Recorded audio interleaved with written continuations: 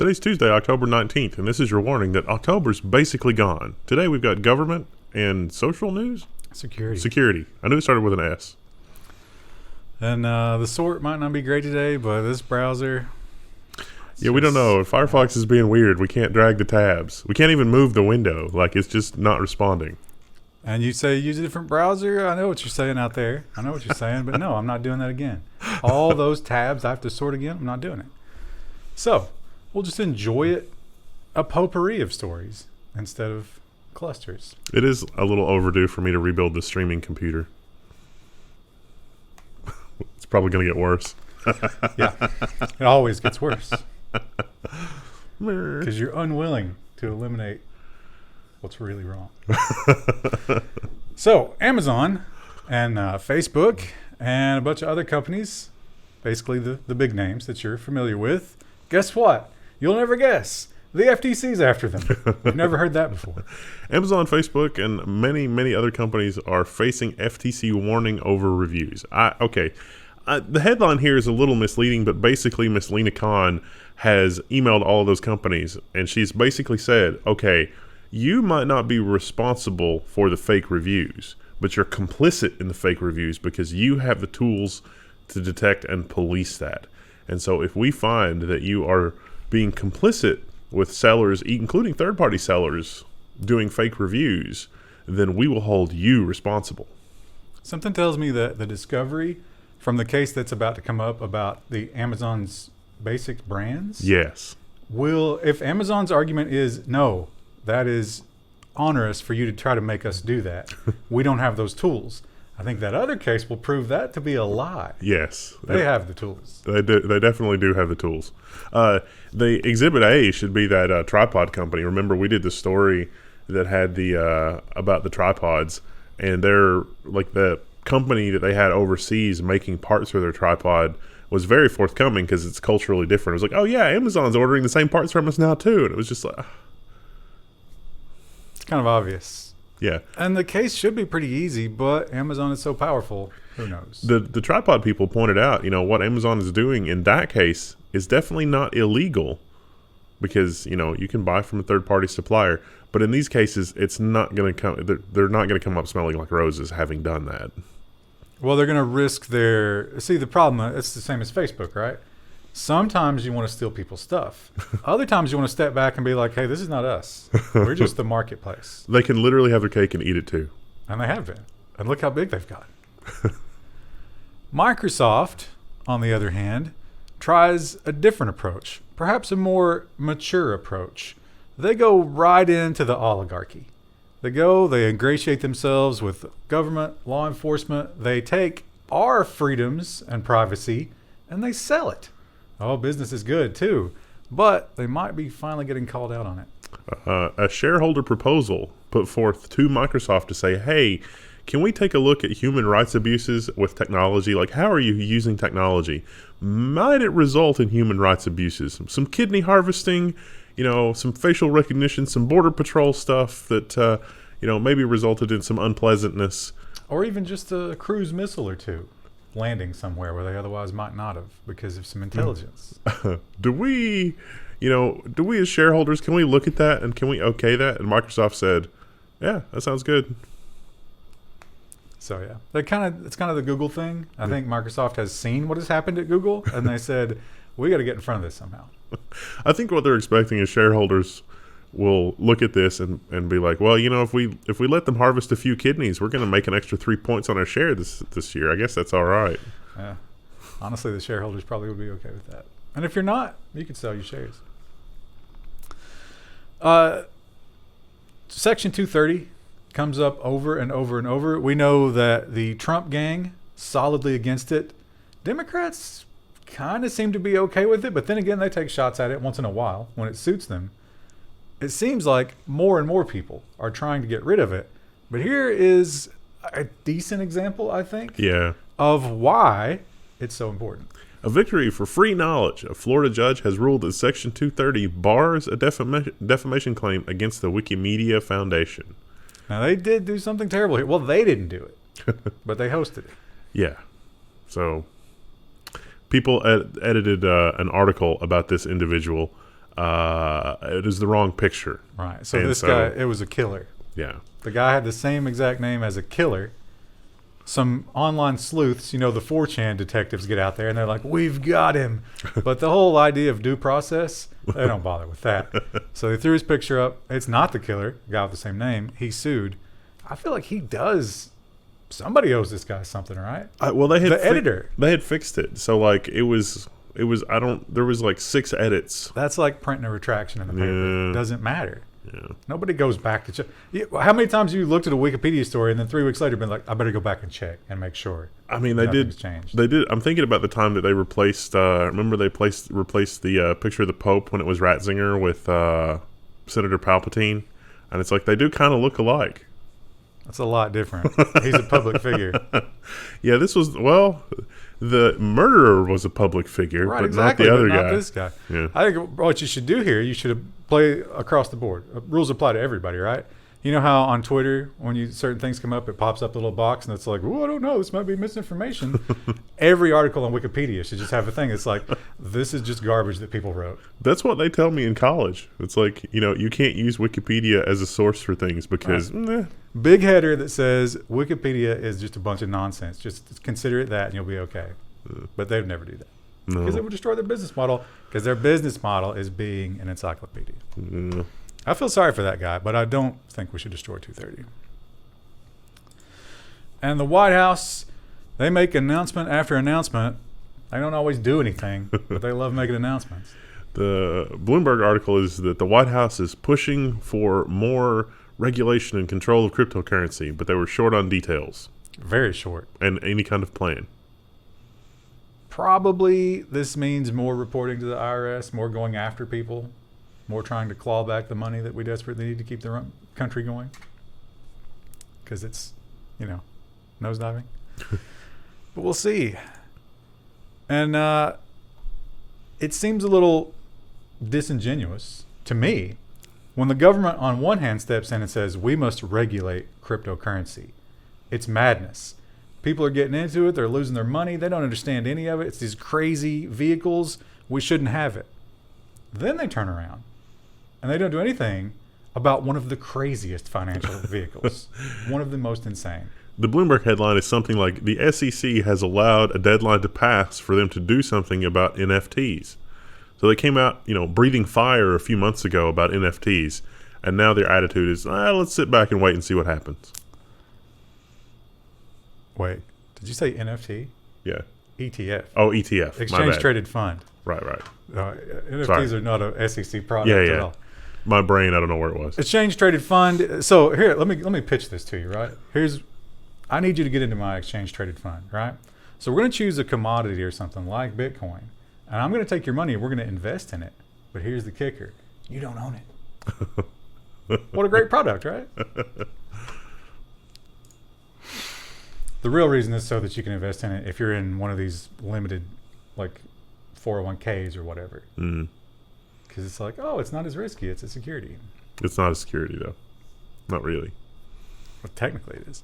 Oh, this is the one that makes me want to hate Nap. This one is the most infuriating story of the week. And here's, I ask this question constantly, but it plagues my mind. Here's what I have to know. An engagement challenge. How much of this does he actually understand? I think that this is weapons grade stupid. You think he has no idea what the reality is? He's not clue. Just trying to cover up something went wrong. He just really is this stupid. He really is that stupid. That's maybe scarier than what I think. Missouri governor vows criminal prosecution of reporter who found flaw in state website. So we've looked into this, and oh boy, this is the dumbest thing. This is one of the few headlines that didn't use the word hack. Yeah. But he used the word hack. Oh, yeah, he did. The press release was fire-breathing. It's like, we're going after this guy. Here's the hack, chat. And you can play along at home. You can hack your own browser right now the same way this person did. What you want to do is you want to click on this right mouse button right here in your browser, view page source. That's the hack. Or go to inspect. Either one. Yeah, either one. So, There was a security researcher that posted on Twitter. I don't know how true this is, but they said that they did a security audit 3 or 4 years ago, and that was one of the things they found in their security audit. But they didn't talk to them or renew their engagement or follow up to be sure that the fixes had been completed. And if that's true, then that's a really incredible scandal. The governor said Maybe that that's this why he's reacting this way. probably. The governor said this was a $50 million mistake, and this is a political vendetta with the reporter and blah blah blah. And to use language that fiery, and to be that criminally stupid about the thing, is a level of incompetence that's just shocking at that level of government. Like, he should be ejected from that position. Was there another drill incident? Yes. Really? Stapler. Oh. Was it an electric industrial stapler? Or? Yeah, I was making that. Oh. So. Wow, you really need to focus more on your power tool use. It was only a graze, so it's fine. And I don't know if we made it clear, but the hack here is Social Security number was in HTML comment. So if you visited the page, you'd never see it, but in the source code, it's right there. So if you wanted to harvest, encoded. Yeah, you could build a little robot to harvest those all day long. Because what you could see was public information about people, but the social was in the source. And that's like a lot. Basically, the entire state. It's an incredible level of idiotic programming, and yeah, and if it was an issue that was known for years. I can see making that mistake easily enough. Like you're building a whole profile and you're like, hey, here's all the stuff that we've got. What do you want to list to the consumer? And then they take 6 weeks to send the email back and you forget what you were doing. But if it's a social security number, that has to be an immediate it's like spinning red light in your mind. We're not allowed to do anything with that. Yeah. I think it's more likely that this was built as an internal dashboard. And then somebody was like, hey, wait, we can just put this on the web now. And it's like, oh, no. Do the internal people need my social? I doubt it. Ridiculous. One of my favorite things to think about when you talking about earlier about the governor just making you so angry. One of the things that makes me angry is when I look at the news footage and they're like, oh yeah, we dropped 7 or 8 Hellfire missiles from Reapers on this location. And then I go and Google cost of a Hellfire thermobaric missile. And I just, what? And you look at the budgets. Like you look at like a state budget and a healthcare budget, and you're like, what? We could just get like 100 of those, send them back, and we'd be all good. We could pay for the entire state's healthcare needs for a year. And if you've never considered that, I strongly encourage you, anytime you see a military headline, start doing that math. And this will make you even more insane. The Pentagon says that hypersonic weapons are a little too expensive. So these are the weapons like what Russia has that move faster than the speed of sound. It is likely that there are not technologies on planet Earth that can intercept these kinds of missiles and shoot them down or deal with them or even give us an alert that they're on the way because they're so fast. But for now, at least, until we get an economy of scale, every time you push the button, about $30 million. So you got to ask yourself, what could the government do right now with $30 million that would improve your life? That's kind of a lot. Now I understand that, there's another side to that coin. It's like, oh yeah, we'd be having free healthcare until we're speaking Russian. Yeah, you got to consider that. But still, 30 million. Now they do believe when the economy of scale kicks in, might get that down to like 10. A bargain. But only if you launch a lot of hypersonic missiles, which creates the onus to launch hypersonic missiles, doesn't it? I think that eventually there's going to be some kind of a technology like microscopic nano drones. And so you don't build this kind of advanced warfare stuff anymore. You just fly a bunch of drones into the missile control silos. And it's like, oh, these guys are getting ready to press buttons, deploy the drones. And the microscopic nano poison drones, deploy the stuff. And then the human operators inside the silos don't work anymore. A little bit of a spoiler there, but I recommend the book Wool, which is what he just described. It's like it's like we've got an air force. It's amazing. It's like as soon as we've got lasers that are... You just put a laser on a plane. Yeah, I mean, as soon as we get the lasers that are insanely powerful, then no one on Earth will be able to have an air force because the lasers. You could mitigate that with the right kind of covering on your aircraft. Well, a more powerful laser. Eventually, Vanta Black or If you're launching it Vanta from the White. ground, but other aircraft aren't going to be able to carry that kind of power. Yeah, it would have to all be ground-based. I bet we'll get to a point where you do that, like you project power to the aircraft. Oh, and yeah. then it focuses it. Yeah. So and then the aircraft are probably just floating up there, like pointing at things. Basically a floating mirror. That's good, because that'll probably cost not $10 million. And when we're not using it, we can just aim it up and point the sun's rays back at it. So we solve global warming. Oh, that's what we need to get on. It's like the military technology that can reduce global warming. That's great. Except it's Highlander 2. We've seen it. We know what happens. I say this every time I start thinking about that. Apparently, Highlander 2 was not a popular enough movie that people still remember. No, it's been long forgotten. Well, Amazon is a powerful entity, politically powerful, and they've got their finger on the pulse of politics. And anytime they feel an irregular rhythm, they start making changes. Amazon abandons its warehouse plan because San Diego is considering a worker protection law.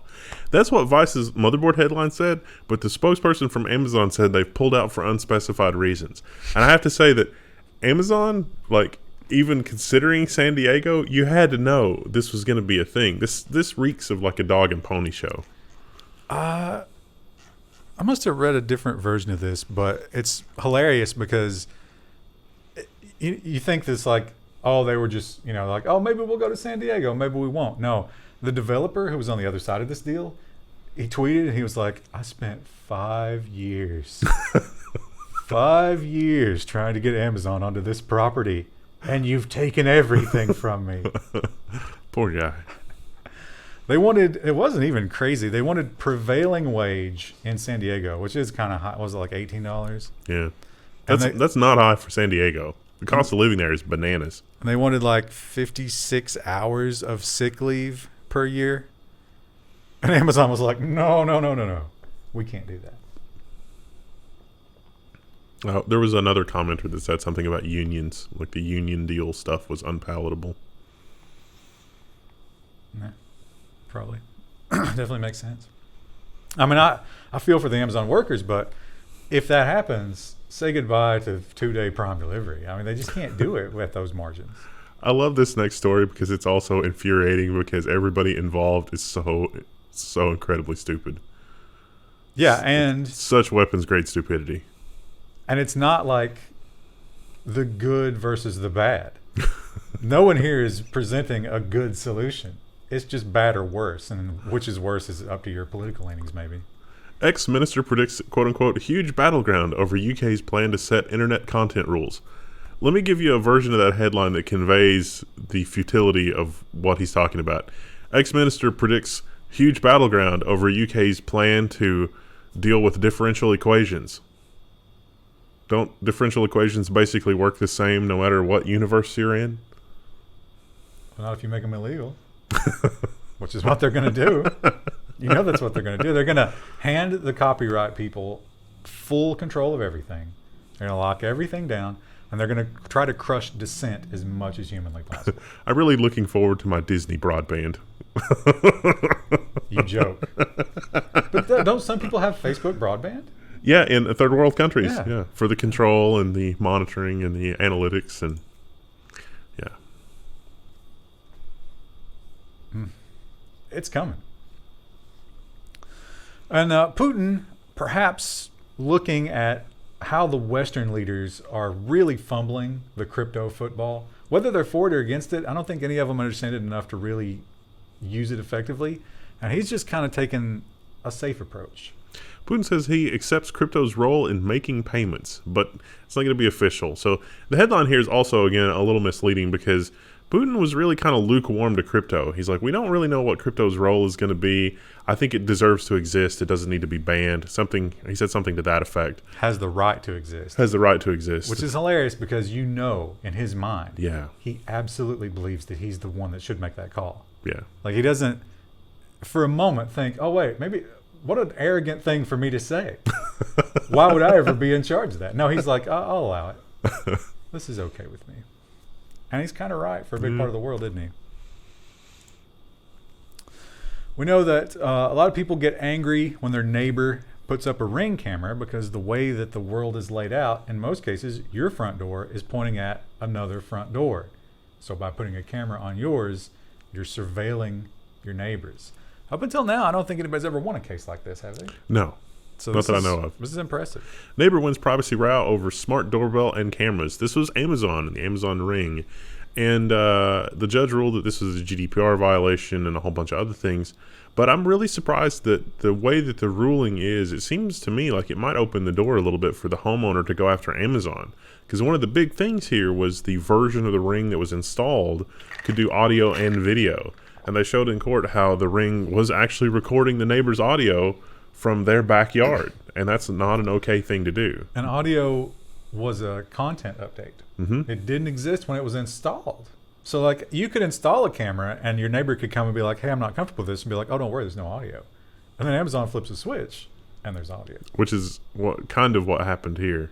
The judge said that, even if it were video only, that would still be problematic. But, blah, blah, blah.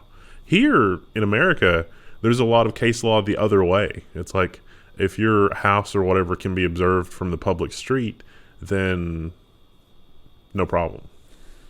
Yeah, I mean, you are limiting someone's ability to secure their home if you don't let them have cameras, right? Although I think it is good form, if not any kind of legality. You want your cameras pointing down. Yeah, the judge said that, but she didn't say that she would have ruled a different way, but she sort of hints that if the camera wasn't entirely, like the only thing in the field of view was the neighbor's backyard, basically. And there were two. The shed, the front door caught her whole house. The shed caught everything else, parking lot and everything. Yeah, so the judge was like, so like maybe if it was just the corner of her house, I got the impression that the judge was like, that's probably fine. I also wonder, they didn't show us a picture of the shed. Yeah. But how much security do you need on your shed? You could have a very expensive lawnmower in there. I guess if it's meth country, that's valid. Well, speaking of people stealing things, people love to steal cryptocurrency. Oh my God, the amount of ways that people have come up with to steal cryptocurrency is probably just shy of the amount of ways people have figured out how to smuggle things in prison. Like it's just, we're limitless at this point. And we saw the catalytic converter last week. A lot of people commented on that. A lot of people thought that maybe the meth had been inside of that. And that's how they got it. That's a delivery mechanism. That's neat because it's metal. It's basically a Faraday cage, so it's going to be harder to X-ray and harder to, expensive though. Yeah, well, I guess that's why you're trying to sell it afterwards. But anyway, Coinbase has that problem, and we know that they get hit a lot despite them having really aggressive security. Now we might know why. How Coinbase Phishers steal one-time passwords. This was a kind of fascinating look. The criminals had built a dashboard that dings in real time to let them know that, hey, there are people that are trying to do stuff. So once you do that, they can intercept your code, use it, and they'll have you cleaned out before you can do anything about it. Only works with the SMS code, though. So if you upgrade to the other one, it should be okay. No, the one was the authenticator. So like if you got your that was a password reset. You're right. Yeah. So like but it's like you got the security token. And it's like, oh, go give me the security token code. But it was preemptively doing it before Coinbase was asking for it. It was asking you to put it in as a challenge. It was like, oh, in order for you to do this, you got to do the thing because you're on the phishing site. It's really sophisticated. You just have to stop clicking on things in emails. I know it's crazy, but you just got to stop. Or use a different computer. It's like, oh, I got this alert on this computer. Let me go to this other computer and manually key it in. That's a good idea. Never have your email and your crypto login on the same computer. That excludes a huge portion of the population who only has one computer, but you got a phone. Use your phone. Virtual machines. I'm trying to bring you virtual machines for this purpose, but no one will help. Only a few people help. Verizon Visible? I've never heard of that before. Have you? Apparently it's a version of Verizon where you can't walk into a store. You're just an online-only pleb, and you're part of their cheap network. This is one of those things that I think that is done, like the FCC, like the Lifeline stuff. It's like you have to have a charity program. You have to service so many people. So like Verizon can run this and say, look, we give this service that no one's ever heard of to the, the inner city super poor people, and we're good, but they're not actually. Which would perfectly explain why they might have built it and then stopped worrying about it and just let this happen. So Verizon's visible cell network customers say that they've been hacked. So if you're on the Visible network, powered by Verizon, they've probably had a data breach, but they haven't commented on it, so we'll see.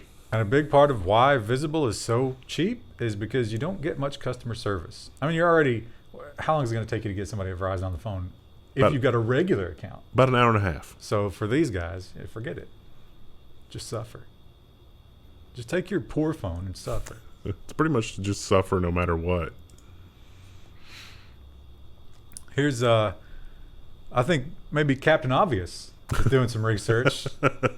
got a headline for us here. Study reveals Android phones constantly snoop on their users. Film at 11. We knew. Yes, we used them anyway because we're desperate for them. But we know what they do. Well, I'm trying to get that Pine phone working the way that I want. They point out all the various things they did to test this, and it's what you think. It's spying. It's just big data analytics.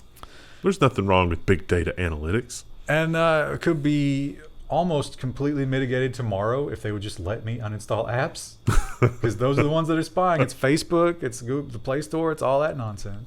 I love how you can't uninstall Facebook.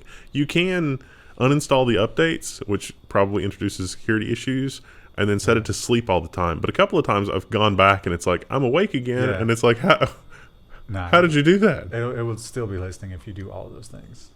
I mean, that's what they're proving here. You cannot escape Facebook on Android. And, well, we moved on to the security section, by the way. Our first story is a preview of our nonsense section. Yeah, this is a terrifying reality. So this is what happens when you get, like a really malicious human who doesn't care about anybody and really bad security. Woman allegedly hacked flight school and cleared planes with maintenance issues to fly.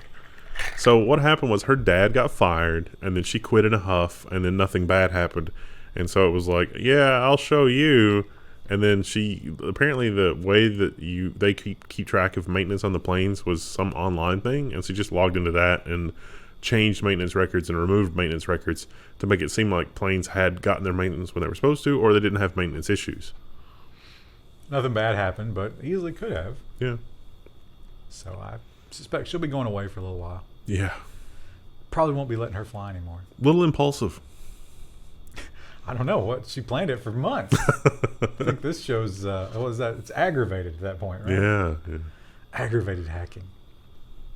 Or maybe hacking in the first degree. Olympus. I remember... This was 3 weeks ago. Was it 3 weeks ago? We said, does anybody remember Olympus? They're a camera company. What are they doing now? The answer is getting hacked. Olympus confirms a U.S. cyber attack weeks after BlackMatter ransomware hit EMEA systems. So we reported about 3 weeks ago. It was like, hey, they might have been hit. They were hit. But wasn't this the second one after that? Because one was ransomware. And then this. Which was probably just something left over, right? Oh, yeah. Well, yeah. They could have paid the ransom and then had some other stuff left behind. Tough times for Olympus. I don't know what they sell. There's a picture of a phone here. Do you think they sell phones? No, they still sell cameras. They still make camera gear and stuff. Oh, okay. They're just kind of, winding it down, it seems. But a lot of loyal Olympus users. But not much of an IT team. Microsoft has their Azure cloud and, like Cloudflare and all these other big services. They're constantly mitigating DDoS attacks. And they seem to have this way of measuring who has the coolest one by how big of an attack it was.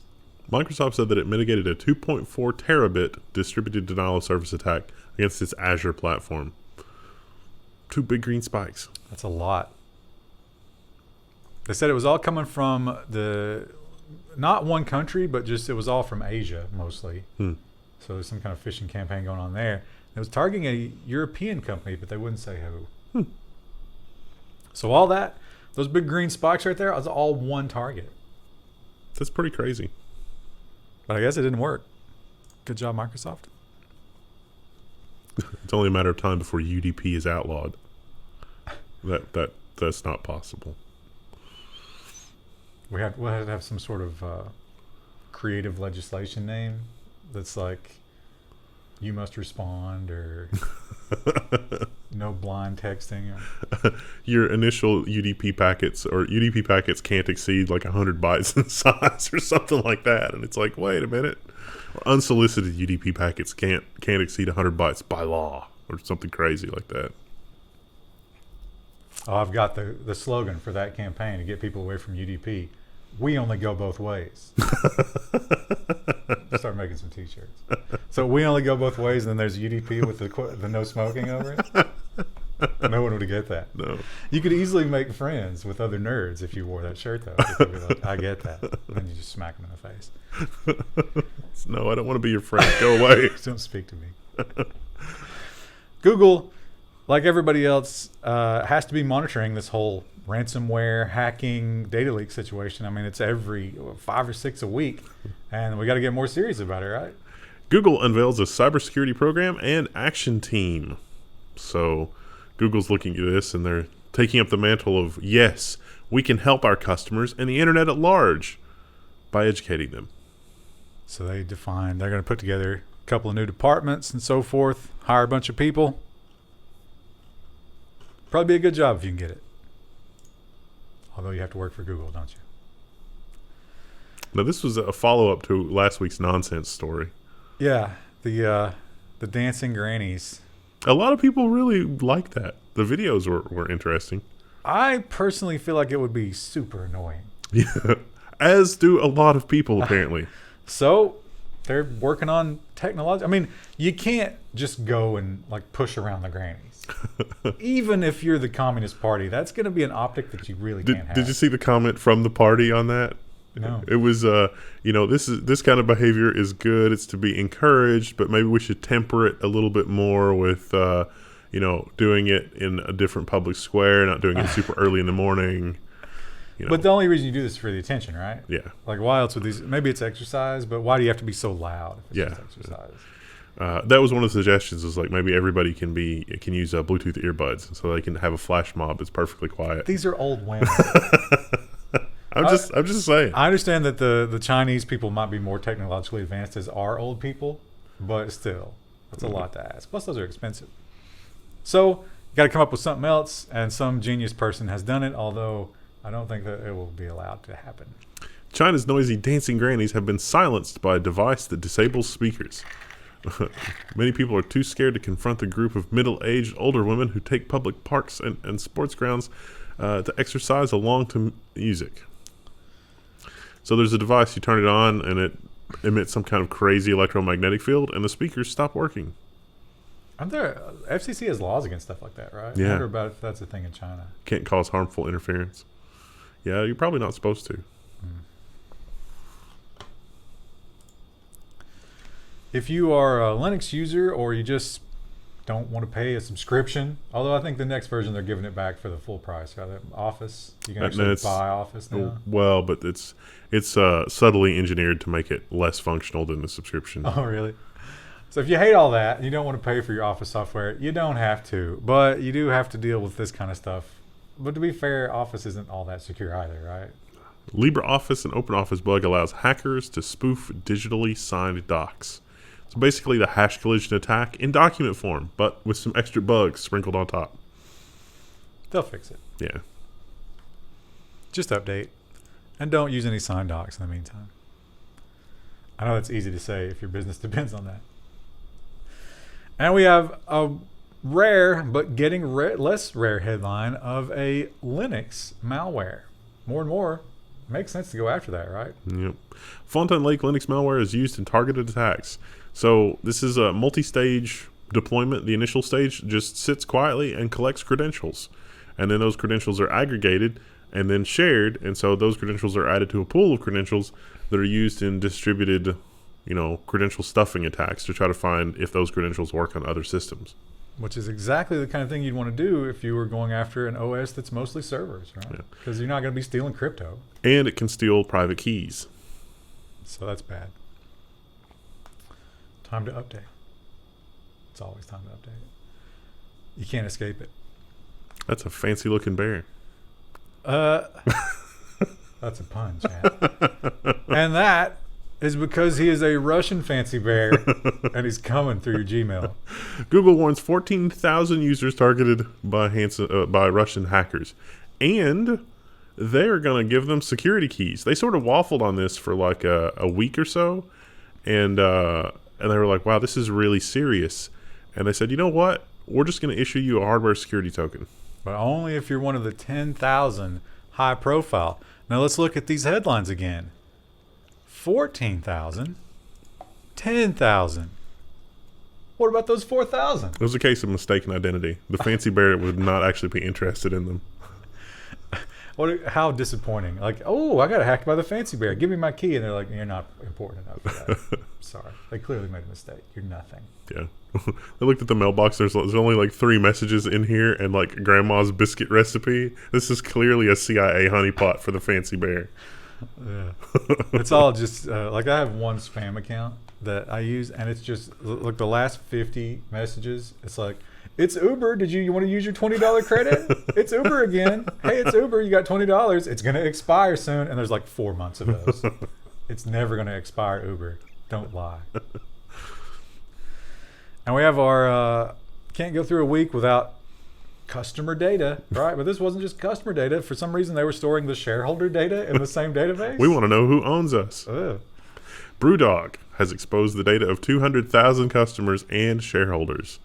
Oh, man, I meant to include it, but Thingiverse is also caught up. They lost a bunch of data, but it's still developing because Thingiverse said they only lost 500 people's data, but it looks like it might be in the millions. So I don't know. We'll report on that next week. I think it's getting to the point where it's not unreasonable for me to never want any company to have my information. Yeah. I should just be a hash. We've been saying that for years. I don't know how you keep the bad accounts out in that situation. Like, you have to incorporate the email, but in such a way that they don't get it. You know what's crazy is that you can implement that with Google's social login. So like if you log in with Google, you can log in with Google in such a way that they don't even get your email address. But that's Google. Yeah. So you need an open version of that. But then if it's open, someone could find a flaw. Yeah. And then it's all there. So you have to decentralize it. But now if you decentralize it, who's going to trust it? So what you're saying is we all need to get hardware tokens that are anonymous, and that anonymous token unlocks stuff, and you never associate that with your personal info. That sounds like an internet driver's license. And you get it tattooed on your perineum. And then, so, nobody can steal it. Well, I mean, people could steal it, but you have to be careful who you trust to see that. And then, how you got your Surface set up for the face unlock, but you have to stand up and show it that. Also, your weight's going to be a factor there, isn't it? Maybe that's a bad idea. Not only do we see constant hacks, but it seems like once they're in, it's real tough to get rid of them. Yeah. There is a lasting presence, and then you just keep getting hit over and over. Acer confirms that it was hacked once again as culprits flaunt 60 gigabytes of stolen customer data. So we got them out. We didn't have to pay the ransom. Oh, no, we've been hacked again. They were never gone in the first place. What do you do in that situation? Well, you just nuke it? Yeah, it turns out that even if you pay the ransom and get your stuff back, it doesn't fix the underlying security issues. And a lot of companies are like, we got it all back. Let's keep going. And it's like, no, you're still going to have to spend millions of dollars dealing with this insanity. You also have to worry about the solar winds type situation where there's more than one in there and they're not aware of each other. Yeah. And you find one, but you didn't even know about the other one. Yeah. It's still there. It's horrifying. There's the ghost Teams call again. Can you hear it? I can. It's in here somewhere. Somewhere in this room, there is a Teams call happening. It might be the burner phone. All right. Oh, and Chris is not here again this week. Oh, yeah, she's still on vacation. She'll be back next week probably, though. What are we going to do? Check out the Linode link below. Thanks, Linode. Devember's going on. There's a link. Get $100 of credit. You know what? I think we should cover that again because so many people, I got people tweeting me and we got comments and people are like, how do I get involved in Linode? So here's how you get involved in Linode. Choose a project. Do we have you create your own thread, right? Yeah. Choose a project that you're going to do between now and December 31st. You got till the new year to get this done. Make a thread on our forum. If you're just registering, you might have to interact a little bit before you get permission to do that because, trolls. And then list all the things that you're doing with your project. Keep us up to date. Tell us what's going on. People will interact with it. If you need help, whatever. And then come the new year, we will look at it. If we choose you, you'll get a prize. Yeah. We'll make a new thread later that you can link to your project, and then we'll go off and read your thread. And you can look at last year's Devember for an idea of how it works, because all of that is still there, and all of those projects are still there. And our videos in Devember from last year are all still there. You can get some good ideas Yep. on the kind of thing that you might want to do. Yeah. And if you don't want to do the programming challenge because that's too much like work, you can do the gaming challenge. Right. When are we putting up the Minecraft server? It is in process. We're going to try to get it live the beginning of November so that you've got time to work on it over the Thanksgiving holiday, American Thanksgiving holiday. And that will be judged by Krista. And if you have something that appeals to her, you can win a prize with that. I have been told that compared to the old Minecraft server, the new one is beastly. It is currently in testing. Nice. With our old data. Because sometimes the old one would get a little slow when you were chunking in a bunch of new stuff. When I provisioned it on Linode, I didn't give it the horsepower that we probably should have. And we went for multi-core, where it seems like Minecraft server works best with a fast single core. Yeah, or a lot of fast single cores. So I think we're not going to use Linode this year, not because we don't want them, but just because we want to be able to do weird things with the server and be able to throw hardware at it. But we are using them for the VPN so that you can't see our server. Nice. It works great. Yeah. One-click WireGuard. That was real easy to set up. Yay! Good job, Linode. Although I got to say, here's a little bit of a critique from Linode. When you do a one-click WireGuard, it doesn't give you any information about, like, here's where we put the keys. Here's where we set up WireGuard. Here's the config file. None of that. It's just like, go figure it out. It's like the reason that I click one-click WireGuard is because I have no idea what I'm doing. Right. You need to understand the basics of it. But once you understand the basics of it, you're like, oh, that's why they did that. Yeah. It's good. Good insight. All right. What do we got tomorrow? Haven't sorted it yet. It'll be business. Maybe it'll be business and nothing else because there's a massive amount of business. There is a lot of business this week. All right. We'll see you tomorrow. Today's Wednesday, October 20th, and it's Business and Robot Day 2021, because sometimes the algorithm is like, it's 2027. Here, enjoy this video. Do you think the algorithm knows enough not to recommend if we say that in the first 7 words? Maybe by then it will, but certainly not today. Somebody's working on that right now. He wanted to push it before end of the day Friday, but he wasn't able to. What's crazy is the algorithm doesn't really, like, we do some good content that is evergreen, and the algorithm does not care. And then sometimes it's like, oh, we should promote old videos. And it's like that. Why are you so schizophrenic, algorithm? Why? Well, because it's got one team trying to make it good, and it's got another team trying to make it woke. And the two cannot. It's oil and water. They can't come together. So it's out there just like trying to please two masters, knowing that it can't, and becoming violent. And we all suffer as a result. Greatly. Now, there's another algorithm that is not so schizophrenic. It actually only goes in one direction, but it might not be the best direction. The algorithm is make Amazon more money. The headline is above better rated products. So this is a story about how... Oh, is that just part of the... Oh, is that really the headline? Yeah. That's terrible. Yeah. This is a story about Amazon and Amazon Basics products being ahead of better rated competitor products. And as someone who has ordered Amazon Basics USB-C cables and DisplayPort cables, let me tell you, don't. So this guy they talked to, Robert Gomez, sells coffee grinders. Apparently he has a pretty nice coffee grinder, and he puts a lot of effort into his pleasing his customers and keeping everything good and responding to complaints and artisanal coffee grinders. And this is the biggest kicker: $40,000 a month, I think it was, right? Yeah. $40,000 a month to Amazon for advertising. What do you get for $40,000 a month from Amazon for advertising? You get to be below the Amazon Basics version of the same product. And they will source your supplier to make their product because they know everything about you. They will not only source your supplier, they will demand to know who your supplier is to fight their counterfeit products problem, and then contact your supplier directly from that information. This is not the first time this has happened. You should also look into the whole tripods and camera bags thing because the people that make those did a really nice video on how it was like, hey, Amazon really needed to know who our supplier was to be sure that we weren't making fake bags. But it's like, we're our supplier. We designed this bag. We have it manufactured. Why would we don't have any unhappy customers? Why would Amazon need to know who we're buying them from? And it turns out it was so that they could make their own.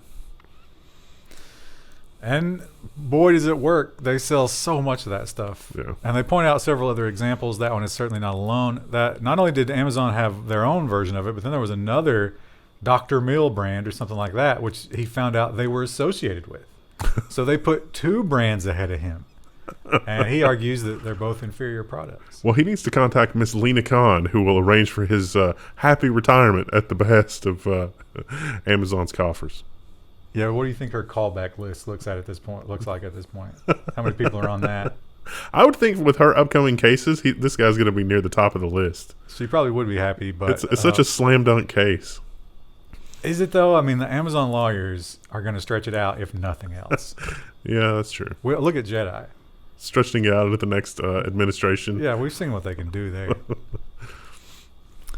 Well, if you're in the market for a new laptop, probably not the best time to buy one. No. Probably not the best time to buy anything right now. But if you need groceries, if you need groceries. Not a good time to buy those. Don't buy those. But if you need one and you need to be extra clean because you're filthy, if you're a filthy person, Acer has got you taken care of. Now, recall, once you buy from them, your info will be leaked because it's like a sieve over there at Acer. But hey, this is a nice laptop, right? Acer launches the bacteria-resistant PCs. It has embedded silver ionized silver particles or whatever into the trackpad and the buttons to kill surface bacteria. And the screen if it's a touch. If it's a touch screen. Yeah. So. Not the most attractive PCs in the world, but that's not what they're about. I had one of those Samsung washers that had the silver care thing in it, and that worked fabulously well for like 3 or 4 years. Because you know how like sometimes you get some things and when you wash them, they smell immediately really kind of musty, and it would kill that every time. And then it stopped working about 3 or 4 years in. Could you go like buy a Silver Eagle and stuff it in there and have that? I'm sure there's something somewhere in there that's like that. I don't know. Yeah, silver does kill bacteria, but I wonder how effective that really is. It was. I liked it in my washing machine until it stopped working. Yeah, but your washing machine is, like it's getting it hot, it's circulating it, it's got time to work on it. This is just touching it. Yeah. So. If you're just, your hands are just maybe have a little bit of bacteria on them or a virus, then maybe. But if they're caked in, sugar and ketchup, I don't think it's going to help you. You got to be able to hose your laptop off in that case. Here's a blast from the past. Do you remember Palm? The Palm Pilot? Oh, the Palm Pilot's the original handheld computer with awful handwriting recognition. And for a long time, that was remember when you could carry around a computer and be like, look at this idiot. People would they would cast you out of society. Now everybody's doing it. Palm is trying to make a comeback, but this time with a pair of earbuds. We've all been busy. We haven't been relevant in 10 years. That's not busy. Those are different. Some amorphous blobs in the background that make us think that they're probably selling us an earbud. And it's probably going to be like apples. It's healthy to escape the noise of the world sometimes. Soon, you'll be able to. You're already able to. Yeah. Everybody sells these. Yeah. What's the one that advertises on every single podcast in the universe? Raycon.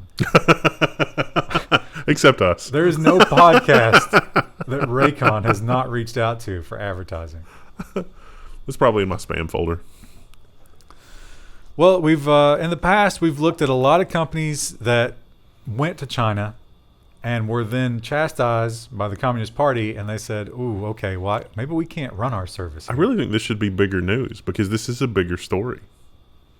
Well, I mean, the Wall Street Journal's running it. Well, no, I mean they didn't talk about the those researchers that they were pressured to remove from the American version of LinkedIn. Right, yeah. And they didn't talk about the dudes in Beijing that they were pressured to just remove entirely. Yeah. So recent headlines of LinkedIn in China have shown that Microsoft was doing everything they could to keep China happy, and it wasn't working. China was not a fan of LinkedIn. Apparently, they have ultimately failed. Microsoft folds its LinkedIn social media service in China. This article says that Microsoft cited that there was unspecified regulatory and compliance hurdles that they encountered. But apparently whoever wrote this article didn't do any research at all, because the stuff that they encountered, there's two really huge things that they encountered. One, there were some academics here in the U.S. that mentioned some stuff about China, and they wanted their profiles blacklisted, like taken off. And they were critical. They had expats who were critical. Yeah. And then there were some academics in Beijing, and their stuff was just completely removed entirely. But there was also some guys in Taiwan who had fled. Yeah. And it really, they were just, trying to control it. So ultimately, just can't do it. No. Just leave. Or we won't let you do all your other stuff here. You know how many licenses you sell for Windows over here? That's probably the threat, yeah. It's like, okay, well, you know what? We don't need LinkedIn. We only made $8 last year on LinkedIn. We don't need it. This story is, it's like one of those headlines where that the chip shortage is getting serious. That they did everything they could. They were willing to pay any price to get these parts, and they couldn't. I smelled something fishy with this, and I found something, but I'll share the headline. Apple is going to scale back its iPhone production goals for the next version of the iPhone due to the global chip shortage. So the iPhone 13 launched a couple of weeks ago, right? And the numbers were really, really good. The iPhone 13 sales numbers actually were better than anybody expected. But they've also taken a nosedive, and it's probably not from availability. So I think Apple has got a lot of backlog of the iPhone 13 that they're looking to sell. And this is production cut or whatever is really to just extend the timeline. So maybe the iPhone is going to push into 2022 for the next version. Certainly, if you look at 2023. If you look at any of the inflation headlines, the consumer is not going to have that extra money. No. For God knows how long. Yeah. Because just groceries is going to kill you. So I think what's really happening here is Apple is hedging their bets, and they're saying, "Oh, it's a chip shortage," but it's a win-win for Apple. Even if it's not a chip shortage, if they just push the timeline out, it's already a sunk cost in those other phones. So if they just stockpile the current phones, it's fine. Plus, you control the narrative. Yeah. Oh no, we don't have suffering sales. Oh, shareholders, don't worry. We're doing this because of the chip shortage. Yeah, and the iPhone 13 sales, like the debut sales, were actually pretty good, but that's probably because there's a lot of people that held onto their phone an extra year or two through the global situation. And now the battery, even though they've had it on charge constantly because they've been working from home for the last 2 years, the battery is basically destroyed. Speaking of misleading Apple narratives, we could definitely reduce the Apple release cycle to biannual. Nobody would care. I mean, no one wouldn't would change care. anything. No. It's the same. They're selling you the same thing every year. Yeah. Come on. Yeah, this is crazy because, a lot of people argue, well, isn't the EU going after them? Yes. Because the EU says, hey, you know what? It's clutter. We're throwing away all these things. It makes more sense. Why don't we do a universal charging port? And Apple's like, I don't think we could do that. The biggest problem we have, we can't get it small enough. We can't make it work with our stuff. I'm sorry, we just can't do it. Which was perhaps a lie. iPhone gets USB-C thanks to a creative robotics engineer. So this guy took his iPhone apart and reverse engineered the lightning connector, figured out how to design a USB-C connector to do that, had some of them made. This is a months-long process, and then retrofit it inside the iPhone. And yeah, it works great. It works fine. Now that took him months because he's a hobbyist and he was doing it in his spare time. It would have taken Apple engineers the better part of a week. There probably is a USB-C prototype because they're like, we don't know if the EU is going to make us do this year or next year. Let's have this in our back pocket and be ready. Because Apple cannot be trusted to be honest about such things. Well, none of these companies can. It's in their best interest to lie to you almost every time. It's just frustrating. Now, we thought that we had seen the end of the argument. Actually, nobody thought that, but the big Epic case. Apple beat Epic to file the appeal. I was slightly surprised by that, but I think we predicted that. But it's not over, and not only is it not over, but the big arguments at the bedrock of this whole thing are just still raging on, and we're still hearing the same tired excuses. Apple argues against allowing app sideloading by pointing out Android's malware figures. What Apple doesn't seem to want to talk about is that a lot of that malware actually comes from the Google Play Store, not sideloading. Right. I don't. If you could actually run those numbers of people who got malware from sideloading, because the kind of person who sideloads and the kind of person who falls victim to malware, not always in the same bubble. That's a Venn diagram. That's a very small sliver in the middle. There's going to be a crossover, sure. There's some people who like, yeah, I'm a elite hacker user and I'm going to sideload. They don't have any idea what they're doing. They're just banging on stuff, and you could get caught up in that. But it's such a small. I like Tim Sweeney from Epic. He had a completely different take on this. He's like, all right, we will agree to abide by whatever content restrictions and controls that you want to put in place in the Apple Store. And I guarantee you the Epic Store is going to be way more stringent and way more on the ball than the Apple Store, because here's a huge list of applications in the Apple App Store that are malicious right now today. And it was like, holy crap, dude. And those lists are out there. Yeah. I mean, Apple could get them from other people. They just don't care. Yeah. Google is part of that little menage a trois, and they were always obviously the one that got compared to Apple, just like that story. Hey, if we don't do this draconian thing, we might end up like these slums over here. Nobody wants that. Nobody wants to live in the Play Store. So they got treated differently, but Google wasn't really the good guy in Epic's eyes either, because they did something that Epic really didn't like. Google says Fortnite's in-app purchase swap was a breach of contract and has now sued Epic. So Google is looking at the ruling in Apple versus Epic, where the judge said that Epic violated its contract. And even though the contract was not, the part of the contract that was not legal under U.S. law has to do with the payment thing, she still awarded Apple damages for breach of contract, the loss of the revenue from revenue share, because Epic bypassed that. And so Google has said, well, if Epic is going to give Apple money for that, we're entitled to money too, even though they allowed application sideloading, because they also modified the application to bypass Google's payment thing. They're also okay. I think this might not actually work out for Google in the end because of the whole sideloading thing. If application sideloading is allowed, then this should be okay. But at the same time, I think it helps their argument, because they tried to find the middle ground and still, in their eyes, got screwed. Yeah. Yeah, I mean, it'll be interesting to see how this shakes out. Yeah, in 3 or 4 years. I brought this up last time, I think, when this was first announced, and we didn't even know the name of it yet. But it's so, what kind of crazy world do we live in when people are super hyped about an anti-cheat and an anti-cheat that runs basically on the bare metal? Remember when we got up in arms the first time they did this? Remember when we got up in arms when Sony deployed a rootkit that mysteriously broke your ability to burn CDs?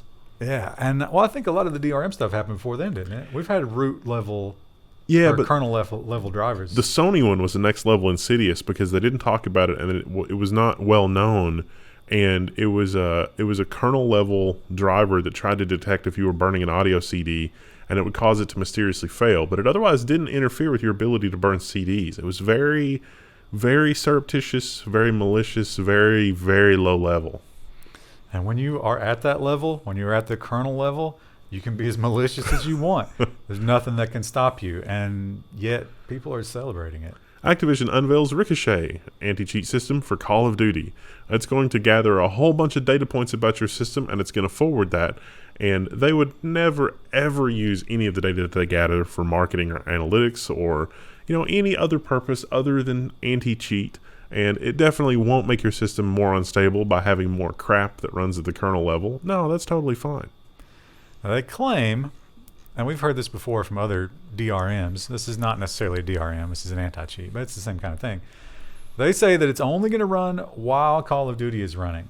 I say that's a lie. It can't physically do that because it's at the kernel level. Here we are, folks. So this is their new game is coming out. That will get it first, and then Warzone, Vanguard is the new game. That will get it first, and then Warzone will get a DLC, or maybe it's a free update, and that will add it to that. And then after that point, I don't think you can play Warzone unless you do that. Great. It's bad. It's probably, I mean, if they're willing to do this, they're willing to also, go the extra mile to be like, oh, you can't run this in a virtual machine either, which is interesting. Oh, no. But, well, Windows 11 has built-in virtualization. Like, one of its strategies for maintaining application security is to run each application in its own little sandbox.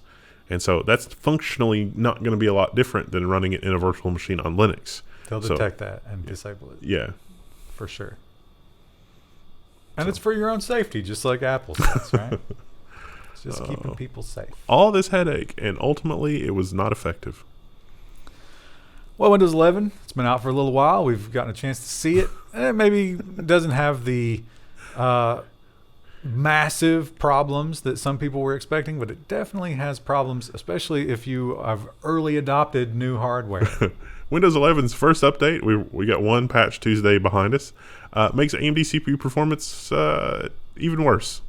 So when it launched, we said, hey, by the way, there's a little bit of a problem with the cache latency on Windows 11. They tweaked the scheduler a bunch for Alder Lake. They left people that use Threadripper and Verizon out in the cold. It's like, oh, you got a high-end 32-core processor? It'd be a shame if something happened to that. Then they issued a Windows update. And the Windows update, it makes it better for the first 10 minutes of boot, and then after that, it's worse. It's the L3 cache. The hits to the L3 cache take way longer. Literally the best thing about AMD processors, and this is what's the first? The first time is incompetence. The second time is malice, right? That's how that works. You think the old Wintel associations are still strong? I mean, Alder Lake is getting ready to launch, and Alder Lake has got a hardware scheduler, and it's got all these really cool new features. It sure does. The optics of this does not look good. Didn't they get in trouble for that? Something's rotten in Denmark, y'all. And we found another problem, but I am taking Microsoft's side on this one. Yeah. As someone who has had to deal with some idiot using extended characters on a web form, and then all of a sudden my weekend is ruined. Microsoft not the problem here. People using extended characters are the worst people in the universe. Microsoft warns of a new Windows 11 problem with apps using unusual registry keys. Those unusual registry keys, extended ASCII characters, and emojis in the registry. Now, do you think this is called the Coke? What does that accent mean? I don't know. The Coke browser. I'm not going to say the alternative because we'll get demonetized. But anyway, that is the offender. And not only is that stupid name the name of their browser, but it's also in the registry key with those little accents. And so Windows 10 works with that just fine. Windows 11, not so much. Which is weird. Like, why would they rewrite that? That was fine. We all need chips. There's not enough chips for anything. And I'm not talking about Lay's and Doritos. Talking about transistors. And got to build new ones. We get excited when they're in our country, but every country wants them. And Japan is saying, hey, bro, we're going to pay for half. Bring it here. Sony and TSMC have joined forces on a new $7 billion chip plant in Japan. Sony said, we're really excited about this. Sony's actually spinning off a whole other company to help manage the fab, and TSMC has said that they're pretty excited about this as well. Yeah, they're pretty. They've been the prettiest girl at the dance for years now. They should be excited. Who doesn't want a piece of TSMC right now? It's just. Oh boy, Spectrum Internet. I gotta have them next week, right? While they trench my basement out for the sump, I have to go back to cable. I had to do it this morning. And it's terrible. I went from symmetrical gigabit back to the cable connection because literally the cable that goes in the basement, they were destroying things. I had to take it out, and it's just like, oh God, make it stop. And then all next week, I got to deal with it again. But after that, I get to go visit them and give them all their garbage back and cancel, and I can't wait. But they hate that They'll do anything to stop you. The Los Angeles Times has this column: renew your service or we will trash your credit score, Spectrum tells an ex-customer. So Spectrum got this letter, or a Spectrum customer got this letter, and it's like, hey, we noticed that you have unpaid bills. Spoiler alert, he did not. And if you come back to us as a customer, we will write off the bills that you owe. We won't report it to a credit agency, and all is forgiven. And we'll also give you this introductory rate that only lasts for like a year. But the problem is that that person didn't actually have any bills that were written off, and it was written almost like a threat, like, we'll find some bills, don't worry. Are you saying that my car warranty might not be expired? Yeah, so when I got off the thing, I returned all the equipment, but I used my phone to take pictures of, like, you know, selfies with the guy and the equipment and the MAC addresses. Did they give you a receipt? Because I'm going to demand a receipt. For sure. No, I didn't get. They would not give me a receipt, which is why I was like, I'm going to take pictures. Oh my god! Sure enough, 3 months later, I got a bill and it was like, you didn't return the remote, you didn't return this thing, you didn't return this other thing. I was on hold for 3 hours, and I was like, give me an email address where I can send this, and they're like, we don't have an email address, and I was like, what even? Give me a physical address, I'll print it. That's what I ended up doing, and I got one more thing saying that they were going to turn it over to collections, and I was like, I hope you do, because if you do, it's going to be insane. They did not turn it over to collections, and it went away. Yeah. A lot of times when they threaten you with that kind of stuff, it's completely hollow. But that's pretty disgusting. When it was like, I'm so glad that I wasted that guy's time to take pictures of all this stuff. It happened on a Friday. I was coming to do this. And I stopped in the middle of the road because the truck was there. The fiber truck was there. And I rolled my window down. I was like, are you running fiber to that house over there? And they're like, yes. It'll be there soon. When I got home, the postcard was in the mailbox. And I called them immediately. I scheduled it that night. I got a robocall from Spectrum. And Spectrum was like, we would like to lock you into some major savings for the next 2 years. I bet you would. Didn't work. Well, Bitcoin, it's a lot of people had catastrophic expectations of Bitcoin after the big China smackdown, but it didn't happen. Maybe rampant inflation is offsetting that. I don't know. Things have recovered nicely. Things have recovered, and guess who's number one? Not China number one anymore. U.S. overtakes China as the biggest Bitcoin mining hub after the Beijing ban. Boy, don't you wish you'd bought in at 30? That was just a few weeks ago. Yeah. The percentage I've made on Bitcoin is insane, but I still feel like I missed out. You know? Yeah.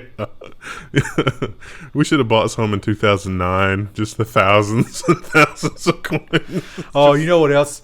I was ready to click on the Shiba Inu coin when it was like, it's like 0.0000000 whatever. But I was like, you know what? I'm not going to do this because I'm about to spend 10 grand on the stupid basement, and I'm going to buy this car next year, and I didn't do it. 3 days later, it was up 27,000%. 27,000%.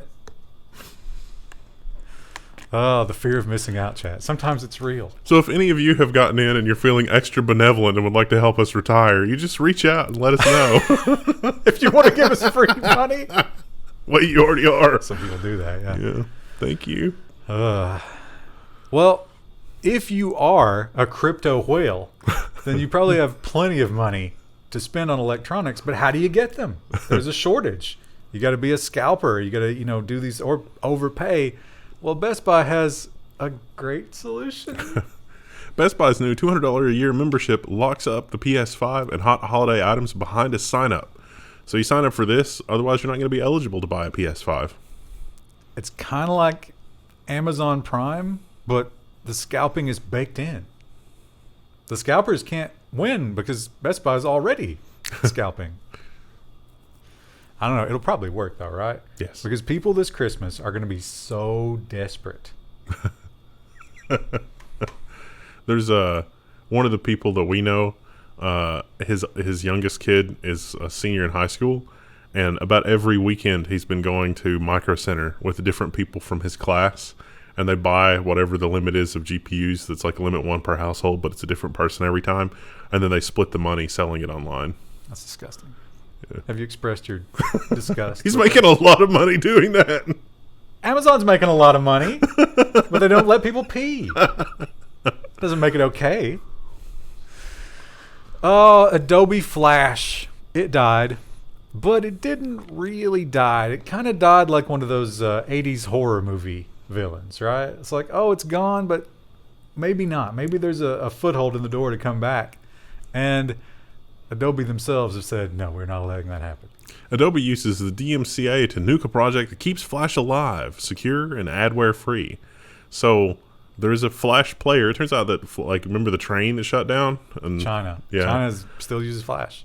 Turns out there's still some things that use Flash. And so there's this weird project that deploys like this update service with a kill switch and also a version of Flash that still kind of works.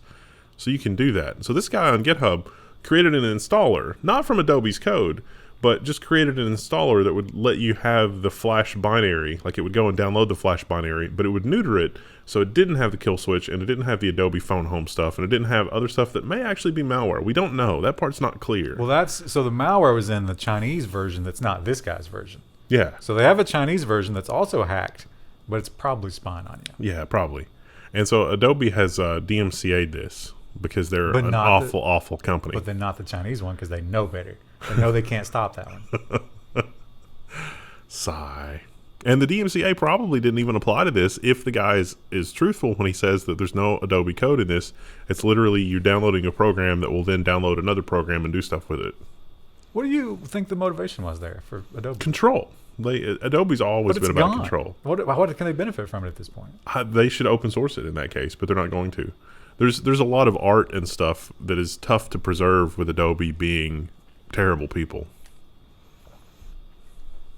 Just old executives that don't understand, and they're like, you might be messing with our goose that lays golden eggs. Stop it. I guarantee you, if those executives were 19, they'd be doing the same thing. Yeah. You don't get to the top of Adobe by being a human being. Yeah. Magic Leap, remember them? They'd actually launched their headset, and it was garbage. It wasn't great. It was terrible. Remember the... they had amazing marketing, terrible product. They had the thing that threw the rock at you, and it looked like pre-N64. It was absolutely atrocious, and everybody said they're done, but somehow, this goes to show you that there's money out there, investment money, that just can't find any place to go. There's so much hot money flooding into the system right now, which is why your groceries cost what they do. Magic Leap somehow raised $500 million. That's $500 million to make another AR headset. The Magic Leap 2 is slated for release next year. We'll kick the problem down the road until next year because, of course we will. That looks awful. Is that the original one? It looks like the Warner von Braun glasses. Oh, look how bad that is. I wish Krista was here to judge this. Yeah, I don't think anybody's going to buy that. Unless they can incorporate that into the Amazon workplace gaming system, nobody's going to care. I'm telling you, there's going to be an artificially intelligent personal assistant when you're working the Amazon warehouse to like show you how to do stuff that's also constantly nagging you. And it's like, oh, your pace is falling a little behind. You need to step it up. You need to do 3 more packages in the next 5 minutes in order to meet the minimum quota. 2 days ago, you beat this time by 2%. Do you want some caffeine? We should do a parody. You know how when you first started playing Half-Life and the HEV suit was talking to you? We should do a parody of that where you're wearing the Amazon suit and it's just harassing you and berating you the entire time. And it's like, oh, a minor fracture is detected. Morphine administered. And it's like, oh, your pace is falling behind. Methamphetamine administered. That's not a bad idea. It'd be easy to shoot too. Yeah. Just strap the GoPro to your head. Film stuff. We'll put that one down in the idea list, chat. Coinbase, they're making so much money on crypto. This is their B idea. Like the SEC shot them down, and they're like, all right, I guess we'll do this since Yeah, they got shut down with the whole. What was the other thing they wanted? Micro lending. Yeah. They wanted to let you lend and have fractional crypto, and the SEC was like, "That's a security, bro." I wonder whatever happened to Kiva because Bill Clinton was big on micro lending in third world countries and the money that you could make off that. I'm going to guess if Bill Clinton was involved, the money was embezzled and people were killed. Well, the SEC didn't shut that one down. Well, do you think Coinbase has a Clinton on the payroll? Remember, both of the Clintons were corporate lawyers. Yeah. They know what they were doing there. Anyway, Coinbase is getting into NFTs. Coinbase is launching a marketplace for NFTs. So you can mint NFTs and sell them on Coinbase, and they'll take a small cut. Very small. Oh, there's those cats. Remember the cats? Crypto kitties. The Ethereum cats? I wonder what they've evolved into at this point. Lost money. We have not been seeing too terribly many headlines about the changing shape of the workplace. It seems like everybody's kind of just kicked the can for the rest of the year because who knows what's happening. But Amazon has taken another further step. Amazon will allow many employees to work remotely indefinitely, and affected businesses react. Which they had to put the affected businesses react in a headline because otherwise this article will have almost entirely not been about Amazon. But this is just the corporate workers, not the warehouse drones, obviously. Those packages aren't going to move themselves. But come on. Yeah, the corporate people, they do have to be like on call. If they feel like they need them in the building, they have to come to the building for that day. Weekly meetings or monthly meetings or whatever. Which makes sense. You can't avoid that entirely. You eventually do have to do that. So we'll see how that goes. I don't think the Amazon corporate people have a lot of complaints, right? No. They're kind of the fat cats living inside. And then the warehouse workers are the ones living under the porch, killing the rats. Ozy Media. I remember we did a story about this, and we were all sitting here like, what? Newsletter sites cannot make money. Something is wrong about this story. It is not possible for a newsletter website to be successful. It just doesn't happen. Turns out maybe that's true. Ex-Ozy media employees say the company used dubious tactics to build newsletter following, and that has raised legal questions. The correct headline was, these tactics are probably not legal, and the company is probably going to be fined out of business. So they've got some whistleblowers, former employees, and they claim that, first of all, is it Ozy? Is that how you pronounce it? I don't know. Ozy? I'm going to call it Ozy. They say that Ozy would source your email address to go on the newsletter from anywhere they could get it. They'd buy it. They'd steal it. It made it sound like as a media company, they would run your mailing list for you. But then when you, like if it was like, a shoe company, and it's like, okay, I'm going to unsubscribe from the shoe company. Well, as soon as you unsubscribe from the shoe company, they would take your email address and add it to their list. But they would also buy them. Yeah, from just, the dark web or data leaks or whatever. Yeah. And I think one of the first stories we reported on this was there was a data leak somewhere, and then it was like everybody was complaining because it's like, wait a minute, I got signed up for this mailing list, and a bunch of other people popped up and was like, oh yeah, me too. Some of the first people added. U.S. Data Corporation and Exact Data, I guess that's Exact Target, right? Their whole thing. And so they'd buy them, they'd steal them, and worse than that, the unsubscribe was fake, according to these guys. You could not escape Ozy because the only thing that mattered to them was their subscriber counts. And they artificially kept them up by any means. No one wants newsletters.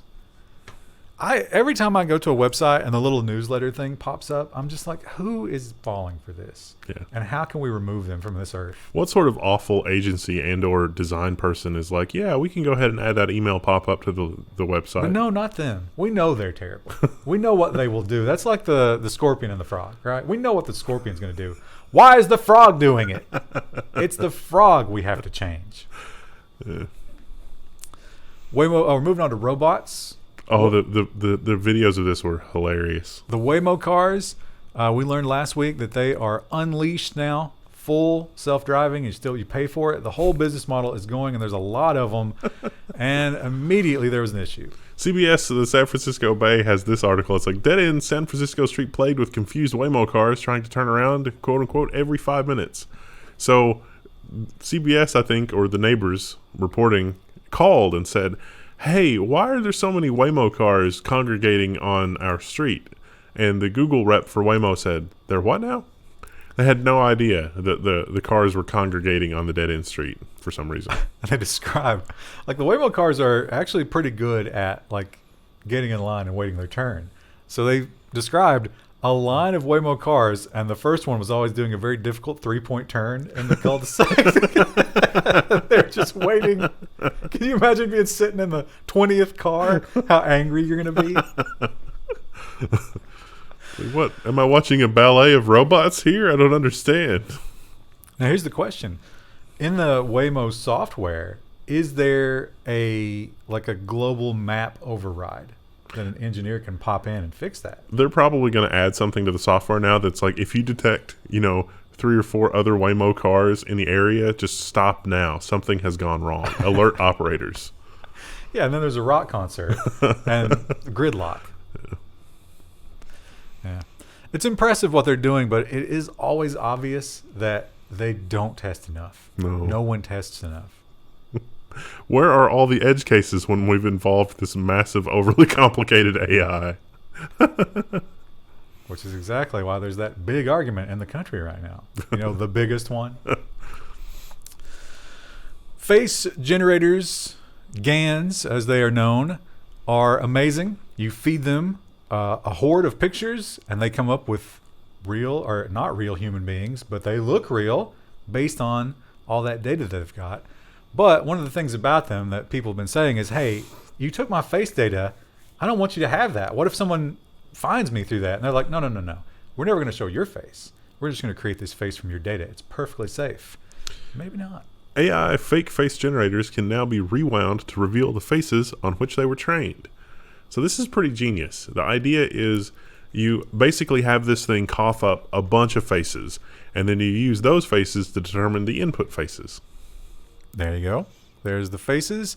Some of these are real people. And I remember I knew somebody who made a lot of money on online poker using this tactic. The trick is you can tell when you hit this API, if you give it a real image that it's seen before, you get the response very quickly. But if you give it an image that it needs to ingest and incorporate into the data set, it responds slowly. So you can actually, just like if you put your email address into a website that's poorly made and it's like, oh, we know you. And you're like, I got you. You're on this website.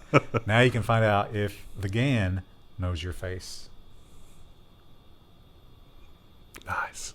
With the online blackjack thing, it was aces that you had to split, or you could split. It took it an extra moment if the dealer was holding that. And there was some other edge cases too. Like if weird things happened, there was a delay that you could build a program to observe. Oh, nice. Yeah. And then you knew exactly what was happening. You knew what the dealer was holding. Or at least, you were overwhelmingly in a better position than you were before. I'm shocked by this one. Although, a lot of people in the comments pointed out he didn't really have to do anything. Basically, they just strapped him to a seat. But still, it's impressive, and I'm very happy for him. He got up and floated around, though. I mean, the BBC reports Star Trek's William Shatner has blasted into space on a Blue Origin rocket and returned safely to Earth. He is 90 years old, and he made it up, floated around for a bit, and then came back to Earth. Jeff Bezos greeted him personally. He had a very emotional reaction, too. Had a great quote saying that he hoped he never recovered from the feeling because he was so happy. Is this what being alive feels like? I felt so cold and dead inside. And this is amazing. God, you got to admit, he looks good for 90. He really does. That's amazing. I wish my mom could get around like that. I mean, there's got to be some cosmetic surgery there, right? There they are. No, that's the rocket landed. The reusable rocket landed at its pad. Their capsule parachuted a few miles away, but they drove there for the photo op. Right, but these are the 4 that went up. Yeah. And they get their little astronaut wings, but they're Blue Origin astronaut wings because they didn't really. Yeah. Well, they made it 60 miles, not 80 or 100 miles or whatever. Listen, at 90, let's just give it to him. Yeah. I mean, the video of him floating around the thing, like he turns around and it is just like, he just has this bewildered look on his face, like I can't believe that I'm actually weightless. Like, what is this? I bet it's cool. Yeah. Plus, they're probably doing a reality show, right? They were probably filming. I didn't. Everything leading up to this. It didn't seem. It seemed like he wanted to do that so that he could make a little bit of money with it. But it seems like Jeff Bezos took him aside and said, "Look, if you want to do a TV show or something, fine. Just come back and do this again. It's not like this is a one-time opportunity. We're literally doing this every week." What if Bill Shatner is just hounding Bezos every day? It's like, hey, B-man, I want to go back up. Get me back up there. And he doesn't want to be mean to him, but, he's like, these seats are valuable.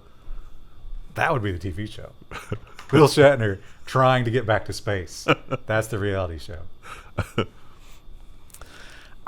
With the paywall, I think I forgot to read this one somehow, and with the paywall, I have no idea. So you're gonna have to do this one on your own. Microsoft Project Turing AI is language models goals. Google's OpenAI, blah blah blah.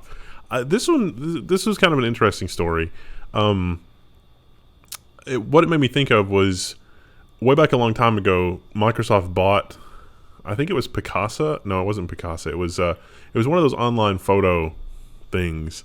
And they were going to use the data set of everybody's uploaded photos to do stuff. But Microsoft Legal stepped in, because I was at a presentation for this. Microsoft Legal stepped in and said, well, these are people's photos. You can't just do this.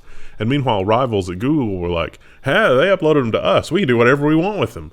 And so it was sort of a different tack on things ethically. And so this was Microsoft talking about how they're trying to do things different ethically with their AI and other stuff. So this is a little bit lip service and a little bit maybe company pep talk to be like, don't worry, we're not like Google. You don't have to go all whistleblower and like blow up, and our AI researcher, is going to leave. We'll get the ethics thing now too. Yeah. So they're dealing with that. I bet that factored into it, right? Yeah. So this looks like a little bit lip service and a little bit like employee confidence boosting to say, okay, you might be working on stuff that's going to murder people, but we're going to do it the most ethical way possible.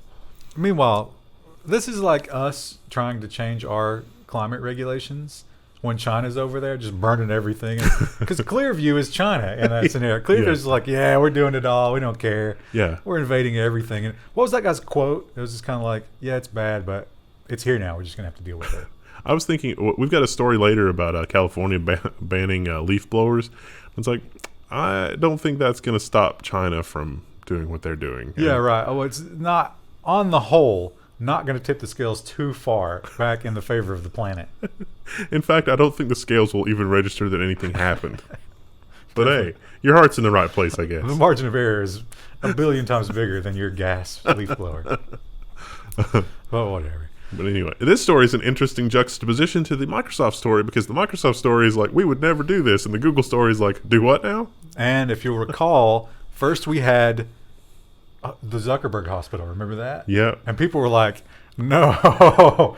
Everybody knew. And then we had the Chris Christie hospital, where the researcher literally brought the governor of New Jersey his own medical records that were de-anonymized, and he was like, oh, we should put a stop to this. Yeah. So, well, that was the other thing. Google, when they first started doing the health stuff, they were like, no, we're totally going to anonymize all that data. But it was proven very quickly, health data is almost impossible to anonymize, because your particular characteristics, whatever's wrong with you, is pretty unique. Not quite a fingerprint, but pretty close. So and then they were like, all right, we're stepping back from that. But did they? Perhaps not. Google AI department has been sued for using the health data of 1.6 million National Health Service patients, the NHS patients. I was greatly concerned to find that the tech giant had ended up with my confidential medical records. You should be. That is a valid concern. Microsoft is trying to preemptively distance itself from headlines like this. It's like, but they still want to be able to do it eventually. Yeah, for sure. So you got to boil the frog. Google has turned the heat far too high, even though they've been doing this for years. And there have been several steps that Google took forward and then back. What do you think the heat level is at Facebook? Because if it's on too high at Google, they're like the sink is just, all the moisture has burned out of the pan. There's just a blackened crust at the bottom at Facebook, and yet there's still money coming out of the oven under it. I don't know how. I've tried to stop this thing. It just won't stop printing money. I don't know. The burning smell's not that bad, so we just let it go. We try not to look at it. And while San Diego has their self-driving cars in a gridlock, unable to do anything, Germany has perhaps fielded a more realistic self-driving vehicle. Germany unveils its first self-driving Train. Aren't they all self-driving? Also, I mean, the guy in the train basically has the little lever, right? That's like stop and go. Forward and brake. Yeah. And then they got the emergency air brakes, right, if they need those. So there's going to be someone on the train watching the AI. That job is not that much different. I'm pretty sure Amtrak did this in 96. Yeah. That's it's going to be a lot more boring, though, as a job, right? Yeah. I think it's maybe more dangerous because you're so disconnected. I forgot the SSH credentials to stop the train. Oh, no. Or I fell asleep. Or I was watching... What was the woman that ran over somebody in the self-driving car? The first self-driving car kill? She was watching, like, Dancing with the Stars or something. Yeah. That's sad that not only are you going to go into history as the first person to murder somebody in a self-driving car, but it's going to be in your Wikipedia article that you were watching Dancing with the Stars. The horror. Well, this is not the usual robot that we see. We usually see the Spot or that other one that looks like the Doctor Who robots. This one seems to be a little bit bigger and more advanced, but it is doing the same job that people the world over seem to dislike. New robots patrolling for quote-unquote antisocial behavior, causing unease in Singapore streets. It's basically just a camera on wheels that the police can talk to you. So if you're loitering around, it can roll up to you and be like, what are you doing? Get lost. Although the wheels look a little beefier than the last one that we saw.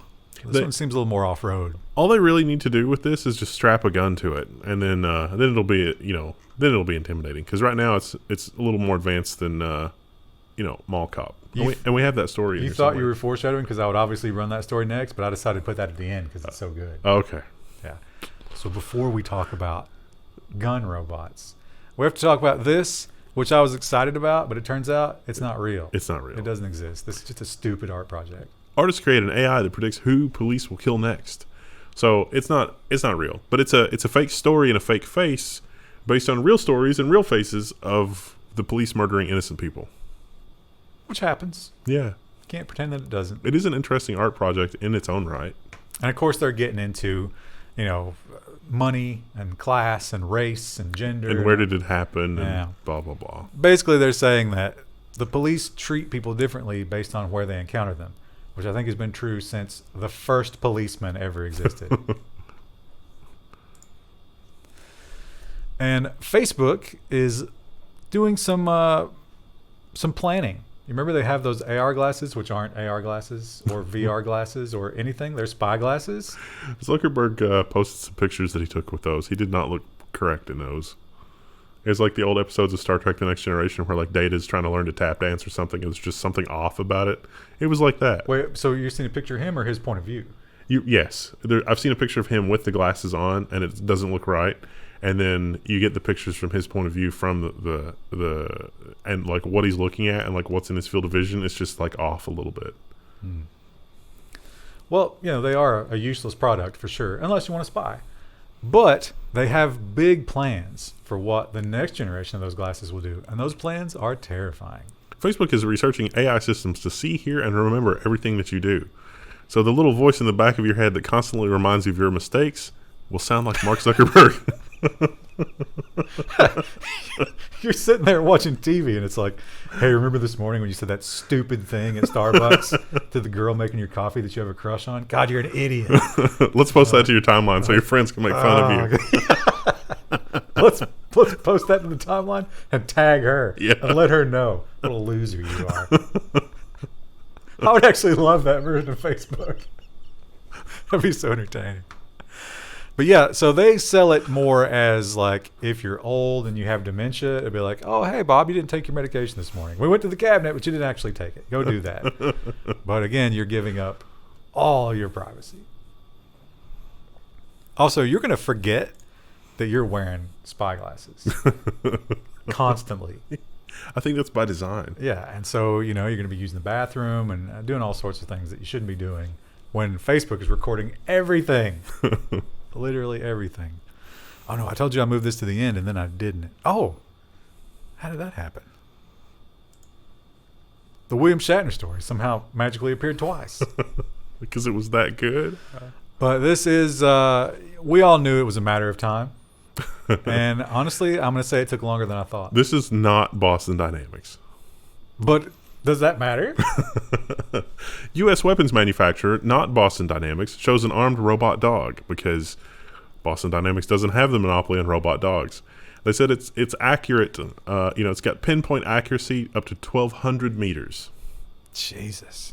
It's also amphibious, or it can go through swamp water. There's a video of it, something walking through swamp water. Yeah, the video is pretty incredible if you want to check that out. I mean, he's a very Spot-like. It seems like Boston Dynamics has kind of built the form factor for the basic robot, right? Yeah. If this were an RTS, this would be the cheapest and the first unit would be able to build. Yeah. And because it just works. But it's got a gun, and it's got a serious gun. I mean, look at that thing. Did it say the caliber? I don't remember the caliber. I don't remember. They don't say, and that is really disappointing. Disclose.tv. 30-time optical zoom. So you won't see the robot. No. You won't hear the sonic boom. It'll just go black. You'll just not be there anymore. Be like the end of The Sopranos. Yeah. Just a black screen. Was it the Warhammer thing that the Marines imagine that the bullets are time travel devices and it's transporting you to a time you're no longer alive? I don't know if I've heard that one before. I don't know. I don't remember. The Space Marines have bolters, which are not necessarily bullets. They're more like little missiles. So they're destructive forces. Very high. And it's not the same kind of... I think you would know if you got hit by a bolt. Okay. Yeah. For a millisecond, you would know. Then you'd be a mist. Yeah, I mean, if the bullets get much faster, it's going to be like a railgun territory. It's like, oh, that's 8 times the speed of sound. Okay. Sure, we'll get there. Imagine when we're shooting those are going between planets, and you have to intercept them because it's the kill vehicle. The relativistic kill vehicle. Yeah. It's like, this thing is only the size of a Buick, but it's traveling at 99.99999 C. So it's got an ungodly amount of energy. Now we're going to take it down to the size of a Miata because we don't want to destroy the whole planet. Just Russia. We just want to poke a hole from Russia to the other side of the planet. And then, Friday, what have we not done yet? We haven't done social media? Social media and nonsense. And nonsense. Nice. Some would say those are the same. It is October 19th. October's almost gone. It's not the 19th. 20th. 22nd. 22nd. So, social media, but it's pretty much just Facebook today. We got like 3 non-Facebook stories, and every one of these Facebook headlines is terrible. And this guy he was around early on in Facebook, and now he's looking at what they've become now. Not complimentary. This is in Bloomberg, so it's, a lot of people are going to see this. One of Facebook's earliest investors says that people have lost trust in the company. Can confirm. In other news, water is wet. He says he wants Facebook to be extra transparent, but wouldn't that just be worse once we knew exactly what they were doing? Wouldn't we hate them more? Listen, we have decided to show you a lot of stories from your neighbor Karen because you seem to hate her, and you really engage with her content because you hate her so much.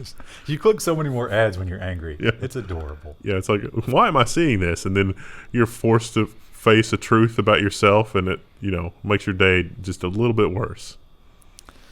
Now, do you remember #delete Facebook? I do.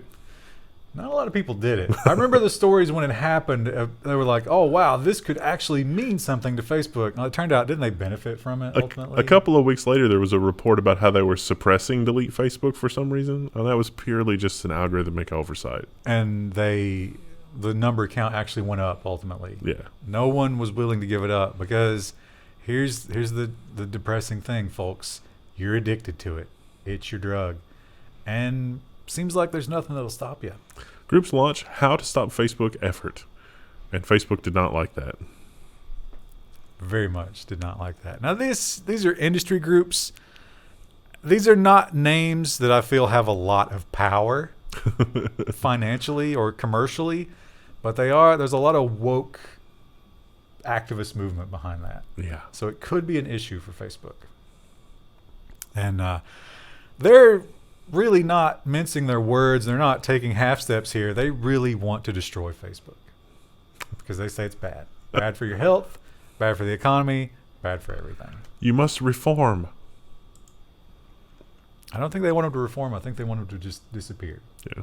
Be replaced by other things. That is a vacuum that will get filled by some nasty stuff. Something from China, probably. TikTok, that would be worse. That's kind of already happening, right? And we learned during the last presidential race that Facebook treats people different based on who they are. And it turns out they have a list of the worst people, but you're not allowed to know if you're on it. Revealed Facebook's secret blacklist of dangerous individuals and organizations. Martha Stewart's on there. She's a felon. That obviously makes her dangerous. That and her association with known criminal Snoop Dogg. That means she couldn't vote. Or carry a gun. Poor Martha. So yeah, they got all of these people on it, and it's a tiered list, right? So here's the crazy thing about it. Remember the kid that was going to go to MIT, and they found out he had liked a Facebook post or something like that? Well, it turns out that's the list. Now, how high on the tier of evil you are depends on not how they treat you, but how they treat people who view and like your posts. So if someone's on the list at that top tier and you just interact with them, now you're on a tier. Welcome to the ban list. I was liking and supporting Enrico Fermi's posts on nuclear theory, and now they think I'm an Italian fascist. Or an Iranian scientist, maybe. So, yeah, that's unfortunate. A lot of these activist organizations are saying you need to show us this list. This needs to be public information because why shouldn't everybody look out for these people? But Facebook says no. And I remember this story. This was years ago. We talked about this. The Facebook marketplace, it turns out, in the Amazon rainforest, a lot of people will go and they'll just put a listing on the Facebook marketplace. And it's like, oh, yeah, here's 1 hectare of Amazon rainforest slashed and burned, ready for planting. They don't own it. They just go and slash and burn it, sell it on Facebook, take the profits. It's actually protected Amazon land. No one can own it. But that doesn't stop the farmers from moving in. It has taken this long for Facebook to acknowledge this. Facebook to act on illegal sale of Amazon rainforest. Oh, yeah, right. We should have probably dealt with that a long time ago, guys, huh? A long time ago. Oops. I wonder what happens, though. Like, once you've established your farm, can't somebody come along and fix that? Well, you can't, exactly regrow the Amazon rainforest overnight. Is this... No. It's a bow and arrow. No, but the caption says, indigenous reserves. Surely to God, the indigenous people are not wearing masks in the Amazon. That can't be true. That's got to be a stock photo, right? Careful with the transcript thing, because the transcripts might detect too many keywords close together. Face cover. What? Forget it. Just forget it. Just that guy has an awfully thin face book. That's not a book on his face. And I suppose Facebook doesn't want you unfollowing people. This I thought was within the letter of the law on the thing. Doesn't GDPR require stuff like this? You would think. But no, but yeah, do you think that Facebook actively does not want you to unfollow because the bigger your network is, the more influence they have? That's the only reason I think that this makes sense. Yeah. Facebook bans developer behind Unfollow Everything tool. So basically, this guy was fed up with his timeline being polluted with a bunch of crap because Facebook's like, oh, you like this and this? Let me just sign you up for this stuff. And you can always unfollow it, but it'll follow you faster than you can unfollow stuff manually. So he created a tool that would unfollow everything. And that let him keep up with his friends and message them, but it also meant that his timeline was basically free of everything except stuff that he explicitly picked. And Facebook came down on him hard. Because I think if people gained that level of power over Facebook, they could whittle it down to just what they want. Yeah. And then Facebook wouldn't make any money off it. He's one of the people that probably should be... if Congress is going to try to investigate this and figure it out, he's probably one of the people that should talk to them about his experiences with Facebook. But he's still a Facebook user. What better person to... a Trojan horse to bring the destruction from within? Yeah, but that would mean that we set him up for that. He's doing it on his own.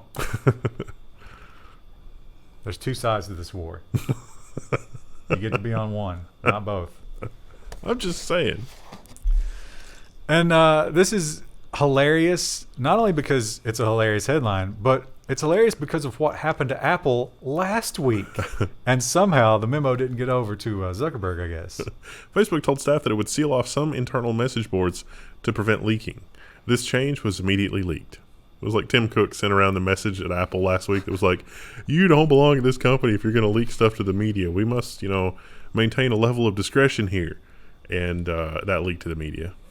It shows that there's a non-trivial portion of the employees at these companies who they loathe the CEOs. They know exactly who they are working for. They know how awful it is. And they're just making money. I don't know what else to do to earn a living. I don't know.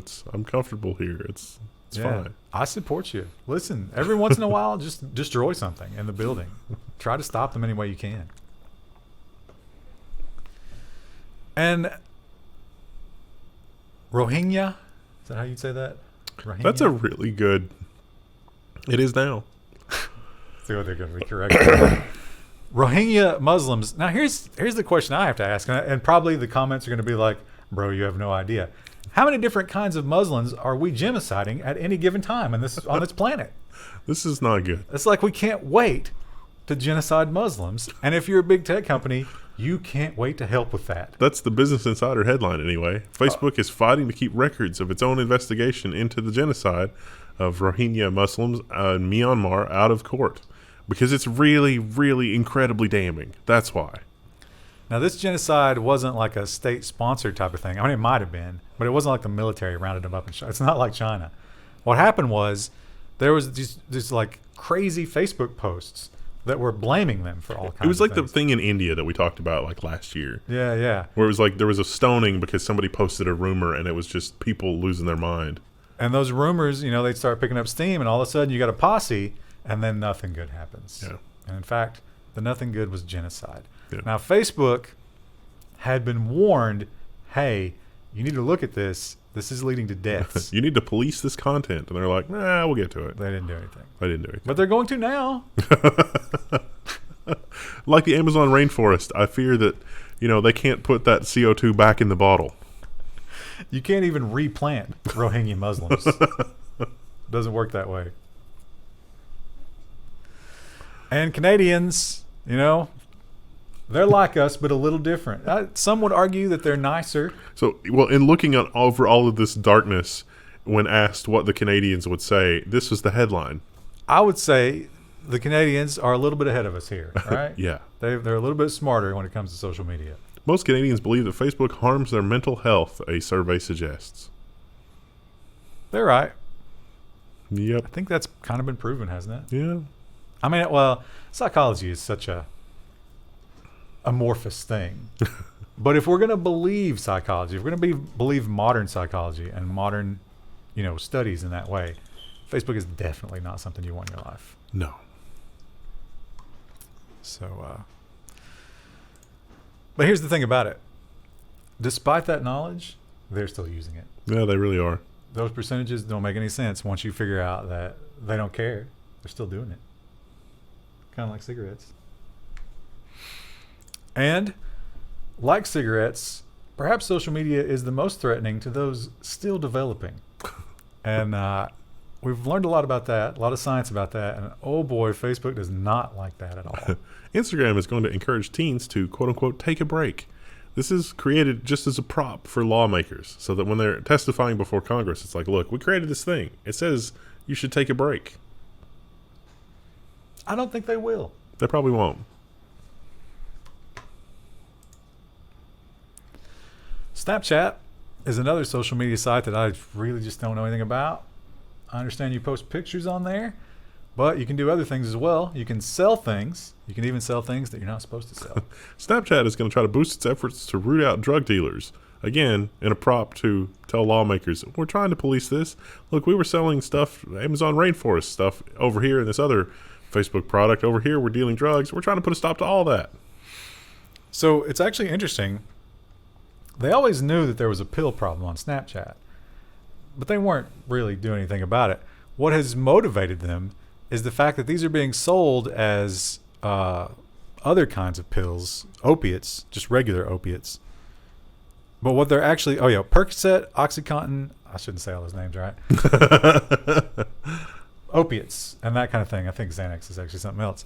When you actually get it, that's not what you get. What you get is mostly powder and a little bit of fentanyl, which can be very dangerous. They're trying not to murder you, but if you're not super addicted, your system will not deal with fentanyl properly and you will die. And because there's so much filler and binding material, if they didn't mix very well or just by some fluke you get 5 grains of fentanyl instead of 4, that could kill you.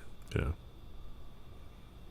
Maybe don't buy pills on Snapchat. I know that's not going to influence anybody who's currently buying pills on Snapchat. But it is interesting that that's what it took to finally get them to try to. It's like, hey, look, our numbers for usage, our product usage numbers was really, really good. And then this happened. And I guess we should do something about it. You know whose numbers are really, really good? The pharma company that makes fentanyl. Nobody said anything to them, are they? No, they've already arrested the other guy, and he's given up a small portion of his fortune, and so now he'll be left alone from now until the end of time. Yeah, and the Purdue people, they were the granddaddies of it all. Yeah. OxyContin. Changed the world. The Netflix special. Woo. Twitter. For all that Twitter is a household name and it's part of our daily lives, it really is part of the culture now. But what it can't quite figure out how to do is make money. They've got a new experiment in mind. And I don't think it'll work. No. I don't think people will like this. Twitter is testing inserting ads into conversations on iOS. So if you got an Apple device and you're having Twitter conversations, engagement challenge, let us know how effective that is. You know who loves that news? Google. Well, Google doesn't have Google Plus anymore. It won't be long until they move it to the Android version, I'm sure. Remember when Google was like, we're going to make Google Plus and everyone's going to use it? Narrator. No one used it. I remember that. Most people probably don't. There's not much to remember. Remember the Twitch leak? The Twitch source code leak? The Twitch source code came out, and out of an abundance of caution, we're going to reset your stream keys. But people began poring over that source code almost immediately and finding little ways that they could mess with the Amazon-owned juggernaut. Twitch defaced with pictures of Jeff Bezos. That's right. If you're browsing streams in certain categories, you get different action shots of Jeff Bezos. Twitter is such a terrible interface. There he is. That was the background image for, what was it? What game was it? Back for Blood. Yeah. They had several of those. There were some other pictures also including him. And they quickly fixed it, but it is quite embarrassing. Yeah. Because it wasn't really like, I don't think they got anybody's information or anything. Not that we don't. I mean, they were already in there. Yeah. But I don't think they were able to hack. They were just able to affect some images. I think it was object storage, wasn't it? Yeah. So, just embarrassing. Oops. I'm sure you give somebody a week, they'll figure out how to weaponize that, right? Yeah. And Epic Games finally may be admitting that this whole Apple, Google controversy is hurting them. Having Fortnite not be on iOS devices, it's a problem. You need a new revenue stream, right? Epic Games may make Fortnite movie as part of entertainment expansion. What is that going to be? Is that going to be like, what is the game about the Chinese school on the island? Fight to the death, like Battle Royale, something. I think it's pretty obvious what it's going to be, just based on, like what's popular right now. It's going to be Squid Game. Oh. Yeah. I think there's going to be a lot of Squid Games coming up. Or, Fortnite sitting around, it's like, man, if we had come out with Squid Game first. Well, they kind of did. In movie form? The Battle Royale, yeah. Well, not in movie form, but the problem with this is Fortnite doesn't really have characters, does it? Or do they now? They have the banana thing. The banana costume. But how do you turn that into a movie character? I don't know. They turned the poop emoji into a movie. They'll figure it out. That's true. I shouldn't underestimate them. I'm sure it'll be terrible, though. Now, you've been playing Far Cry 6. Have you encountered the minigame yet? Yeah. The chicken fighting minigame, yeah. That's not what it's called. I'm trying not to get us demonetized, damn it. When I first started reading the story, I was like, what? No, they could not have put that in that game. That's crazy. But then when you find out what they did, it's kind of like they just had fun with it. Yeah. Right? I mean, were you offended at all? No. Yeah, I don't. This is weird.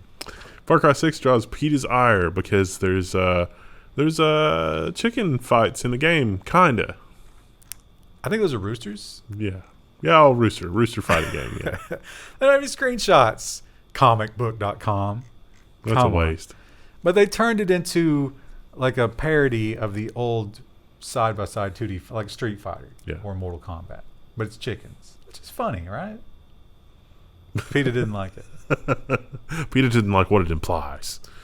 So we will not speak of the bad old times. That is a barbaric practice. Yeah. You got to admit. Yeah. Still going on where we're from. And where the people in Far Cry 6 are from. Yeah. We're not allowed to criticize that. Well, technically where they're from is fictitious, so the whole... That's what it's based on. I think we know. We know. We mentioned this like a couple weeks ago, maybe a month ago, and I was like, oh, can they really do this? We made fun of this on Monday. It's going to happen. And, did we already do this? No, well, I just mentioned it because it went with another story we were talking about. Yeah. And it was like, yeah, this is going to make a huge difference as compared with, say, China's coal burning plants. The absolute mad lads have done it. California has a law to eventually ban gas-powered lawn equipment. I think it's the end of the year, right? Leaf blowers and lawnmowers and stuff like that. You got to go electric. Leaf blower, I mean, to be fair, leaf blower internal combustion engines do produce an absurd amount of pollution. It is crazy. Some of the most annoying noise polluters too. Yeah. But so it turns out it's January 1st, 2024. But that pollution compared to literally everything else. Yeah. And also it's like individuals. It's like, save the environment. It's on the individuals to save the environment. I've got news for you. Whether or not you eat meat is not going to make a huge difference in greenhouse gases. You could be the biggest eco-warrior, Greenpeace. You could bomb buildings, whatever you think you have to do to save the planet, you're not going to make a difference.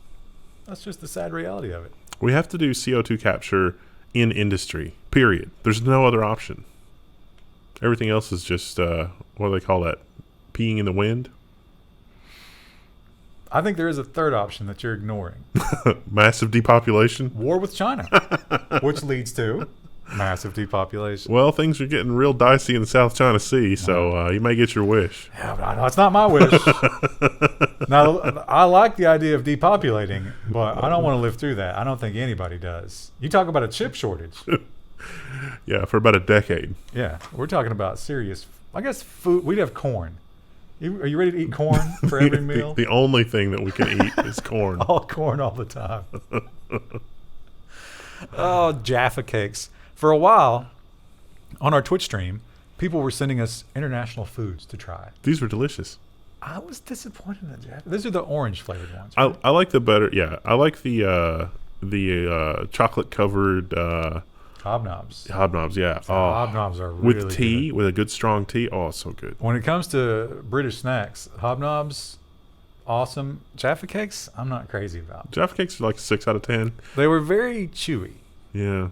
But real popular over there, and people, you want a snack in the middle of the day, you make some bad food decisions, you grab some Jaffa cakes, but for the love of God, make sure you pay the full price. Jaffa cakes row, PC Chris Dwyer sacked from force. So this was like a police chief or something, and in the commissary in the office, it was £1 for a pack of these cakes. But it wasn't just like a vending machine or something. This was a charity thing. Mm. So you know how people do that, like sell candy bars or whatever. They were going to go to Uganda on some kind of mission trip or something, I think. So he wasn't just stealing. He was stealing from the charity. he paid 10 pence, not £1. That's a pretty big difference. That's 90 pence difference. They dismissed him and they were like, I don't understand why somebody in a position of authority would abuse their authority and do this. But I think the thing that got him, I think if he would have just been like, you got me. I didn't have any change in my pocket. But when they confronted him on it, he was like, you're crazy. I put 5 20 pence pieces into that tray. Well, the cameras are pretty good at the old police station. They proved that was not the case. Do you think he can ever buy Jaffa Cakes again? No. And enjoy them? Is that just? Can he even walk down the aisle? He probably lost his pension. Well, The most expensive Jaffa Cakes ever. But we gotta throw credit, cultural difference credit here, right? This story, this guy did this. He was a cop. He was someone in authority. He tried to abuse his power. They got him. They shut him down. It's a beautiful story. Our version of this, do you remember a couple of weeks ago, the multi-time felon forgot to pay for the Mountain Dew. Oh, yeah. And he was arrested. On the 3 strike. Yeah. He's doing the rest of his life in prison. That's the two cultures side by side. I mean, that guy was an awful person. He was a repeat offender, and he probably would have done it again, but still, it was a Mountain As Dew. a taxpayer, I don't want him to be in prison for the rest of his No, life. because it doesn't help me. Yeah. Yeah, it just hurts us.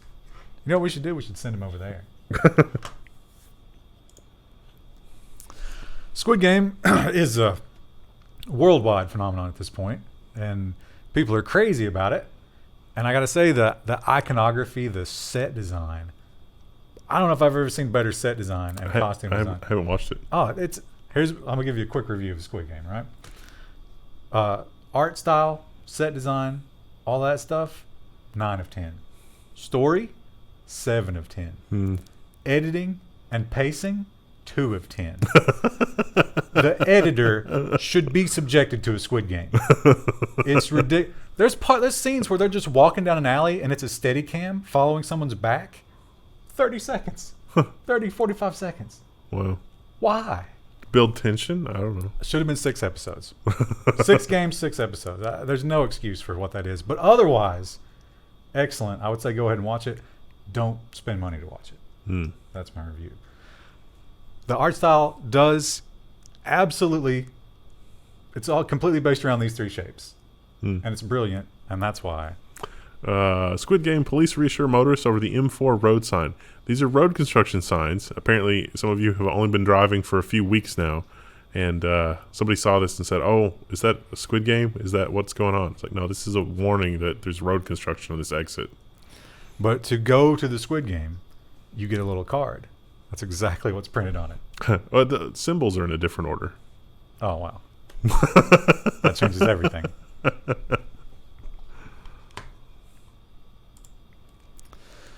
Fast food is in a crunch. We covered that one last week. Oh, did we? We did.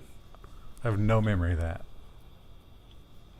It's Cane's, Raising Cane's. They're sending their executive team to the front lines to service the... Continue to avoid them. Yeah. Because the executives will make crappy tendies, I bet. I really wish Krista was here for this one because she, of course, is the artist and she has studied all this nonsense because she went to an art school. The quote from the curator was hilarious. Yeah, they're really like. This is not the first time that this controversy has come up. Right, yeah. But it may be the most extreme in terms of censorship. Art or censorship? Expo shows just the top of the famed David statue. But not even much of the top. And this is because he's completely naked. So this is a reproduction also. The original has not moved from wherever it is in Italy. But this particular exhibit can show the full statue or just the top. And the curator of this exhibit has said, well, I get to pick and choose, who's going to see the whole thing and who's not, because not everybody's ready for that. Basically, if you're rich or have power, they're going to let you look at the pee-pee. Otherwise, no pee-pee. Doesn't that mean we've regressed since the time of the Greeks fairly significantly in this regard? In a lot of ways, I think we have. Yeah. So, and it's in, was it Dubai? So probably it's the censorship has to do with, in Dubai. So it probably has to do with religion. Obviously. I mean, if you can't let a woman eat pizza on TV, how are you going to let her look at that? This is Canada, right? Yeah, HMCS. The Canadian Navy had a little bit of an episode where some embarrassing things happened, and because we live in a hilarious internet world, it was immediately parodied. And what did they do? Did they take that as a lesson and learn from it and admit their mistakes? Of course not. No. Parody music video about Navy officers sparked a countrywide search for the culprit. So apparently some Navy officers were smoking somewhere that they should not. In the wardroom, which is hilarious because the parody is smoking in the boys' room. Yeah. Smoking in the wardroom. And this apparently made the Navy, like the Navy command, furious because they played this over the internal ship communication system or whatever, and they lost their minds. So there's a little bit more to the original story, though, that really spices up the story. So this guy shut off. Obviously, this is a sailing ship. You have to be really careful about fire, right? So there is a system of heat and smoke detection. A cigarette, even if it doesn't catch the smoke, it'll see the ember and it'll be like, nope, that doesn't belong here in this room. Let's do something about that. An alarm will go off. So this guy turned both of those off.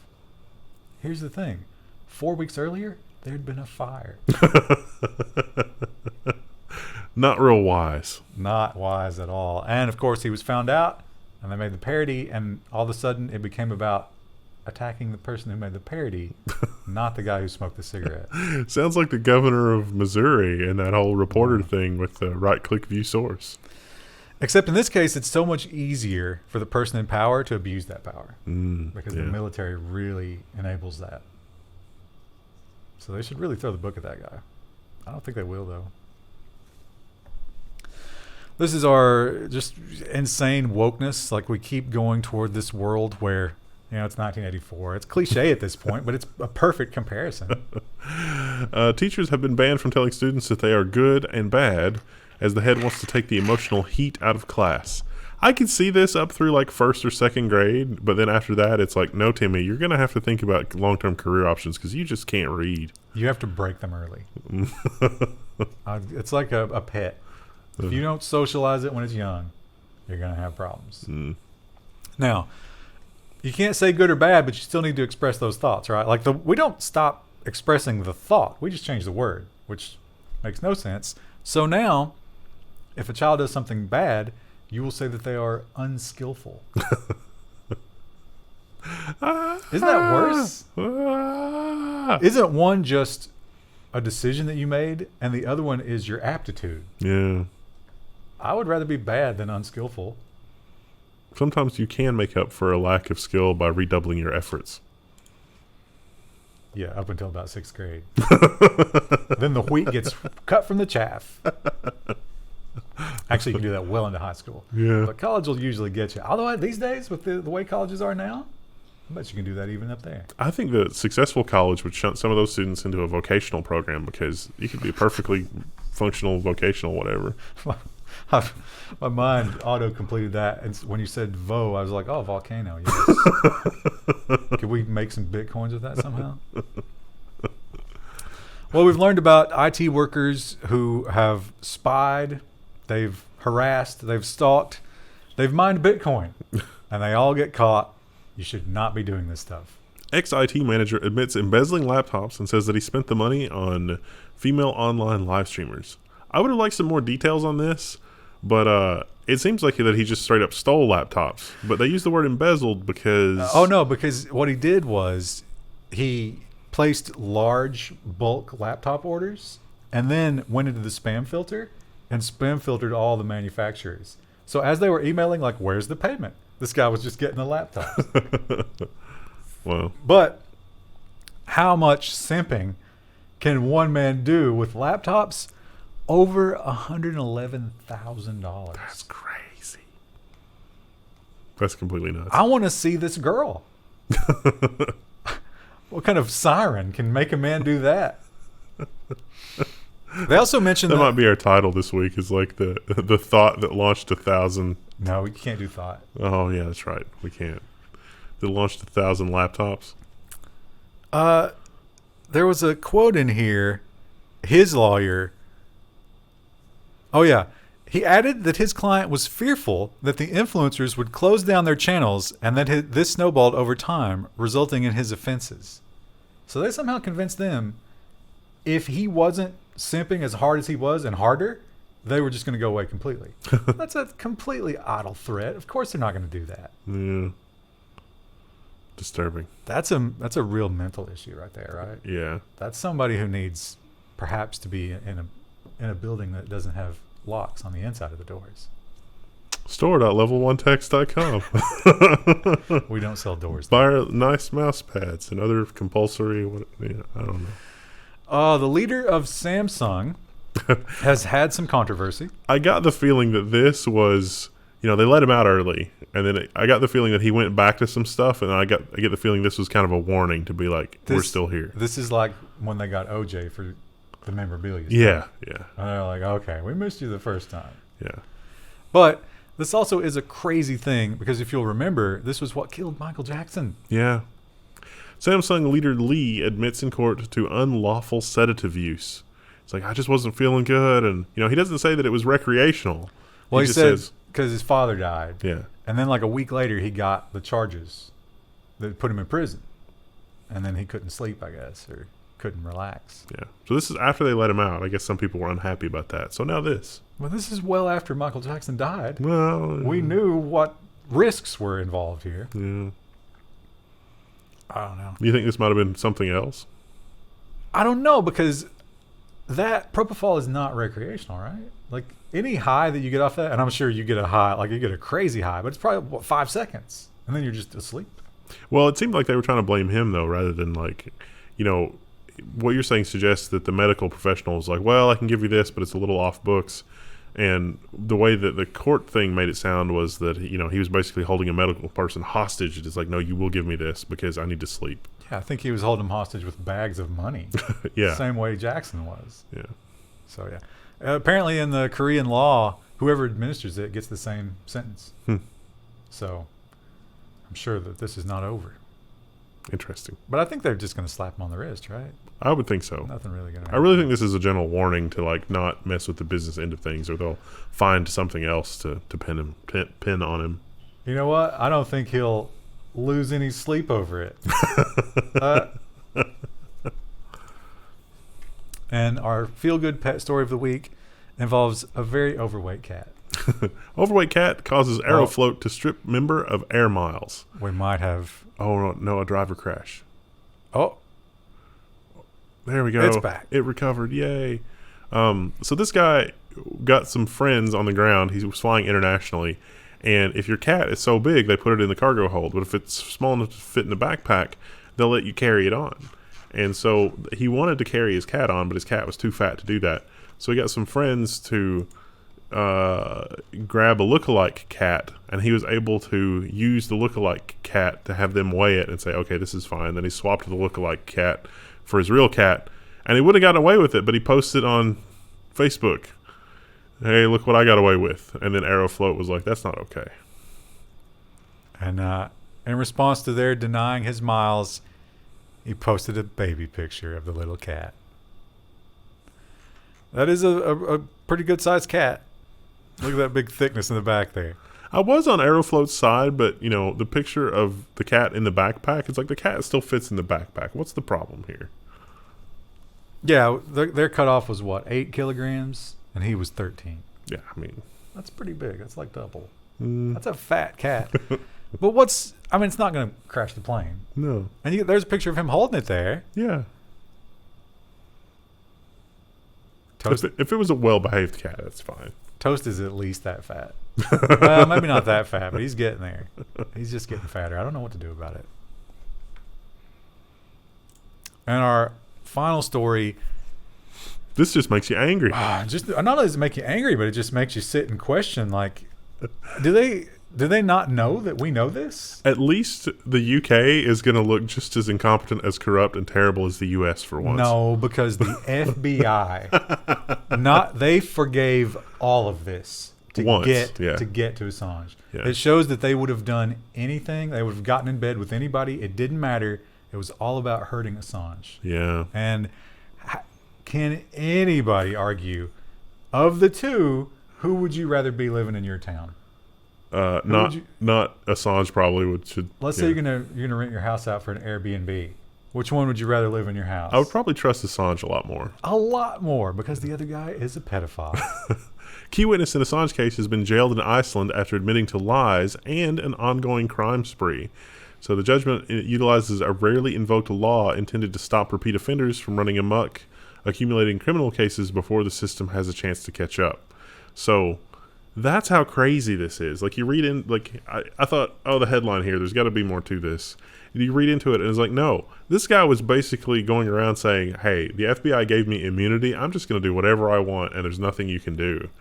And it's just jaw-dropping. Yeah, so this little exchange here. So this guy, I don't know if it's alleged or not. I think they proved it, right? Well, he admitted to some of it. Molesting children. I don't know how old this kid was, but, you know, young enough to be counted as that thing. And they interviewed him about it, and he admitted it. He admitted that he did it. Then this kid committed suicide when the authorities dropped the case. Yeah. Because The FBI needed him. Yeah. So the FBI pretty much directly killed a kid there. And then his response, I know that. Believe me, I know 100%. I even tried to talk to the state prosecutor and ask, for sake of argument, if this case could be addressed to bring to a close. They said no. That's the guy. That's the guy that did it, saying that. The guy that's responsible, yeah. And you should read these interviews because he is so candid about everything, including his string of fraudulent businesses, which is why he's locked up right now. But he said it wasn't illegal, just amoral. Basically, he's running businesses into bankruptcy so fast that they can't prosecute him until he does it over and over. You got to admit that's one of the key witnesses that has been keeping Assange locked up in the UK. Because we can trust his word, right? Yeah. He would never just say something to get something he wants. Yeah. Especially not now that he's in prison. It's super depressing. It is super depressing. If you embarrass power, it's worse than pedophilia. That's what we're saying officially. Not only is it worse, it's way worse. It's like 7-8 times worse because that's how many counts this guy had against him. That's how many victims there were. Yeah. Plus fraud. Sprinkle on some fraud on top of that. A lot of fraud. It's not really a sprinkle. It's like it's a garnish. It's garnished with fraud. Well, sure. But yeah, no, super, super disturbing. And super, super disturbing that, like, no one in that entire chain is willing to step up and say, hey, guys, I know we've been playing it this way for the last decade, but maybe this is wrong. Also, we shouldn't do that. Also, how long was this the #1 news story in the country? Oh, yeah, for like 6 months. No, I mean this thing right here. Oh, no. 0 seconds. Yeah. It's buried. Where did we find it? It wasn't like... It was the only thing that was news here was the whole Hillary thing where it was like, we should just drone him. This is an Icelandic website. I don't know if I saw an American website that covered this. Probably not. Shocking. Although it's not shocking because we see it all the time. It's just depressing. Just one step short of harvesting his kidneys. You think they're worth anything at this point? I think they've like basically almost probably killed ruined. Him at this point, right? The starvation and the beatings. Yeah. Great. All right. We'll see you next week.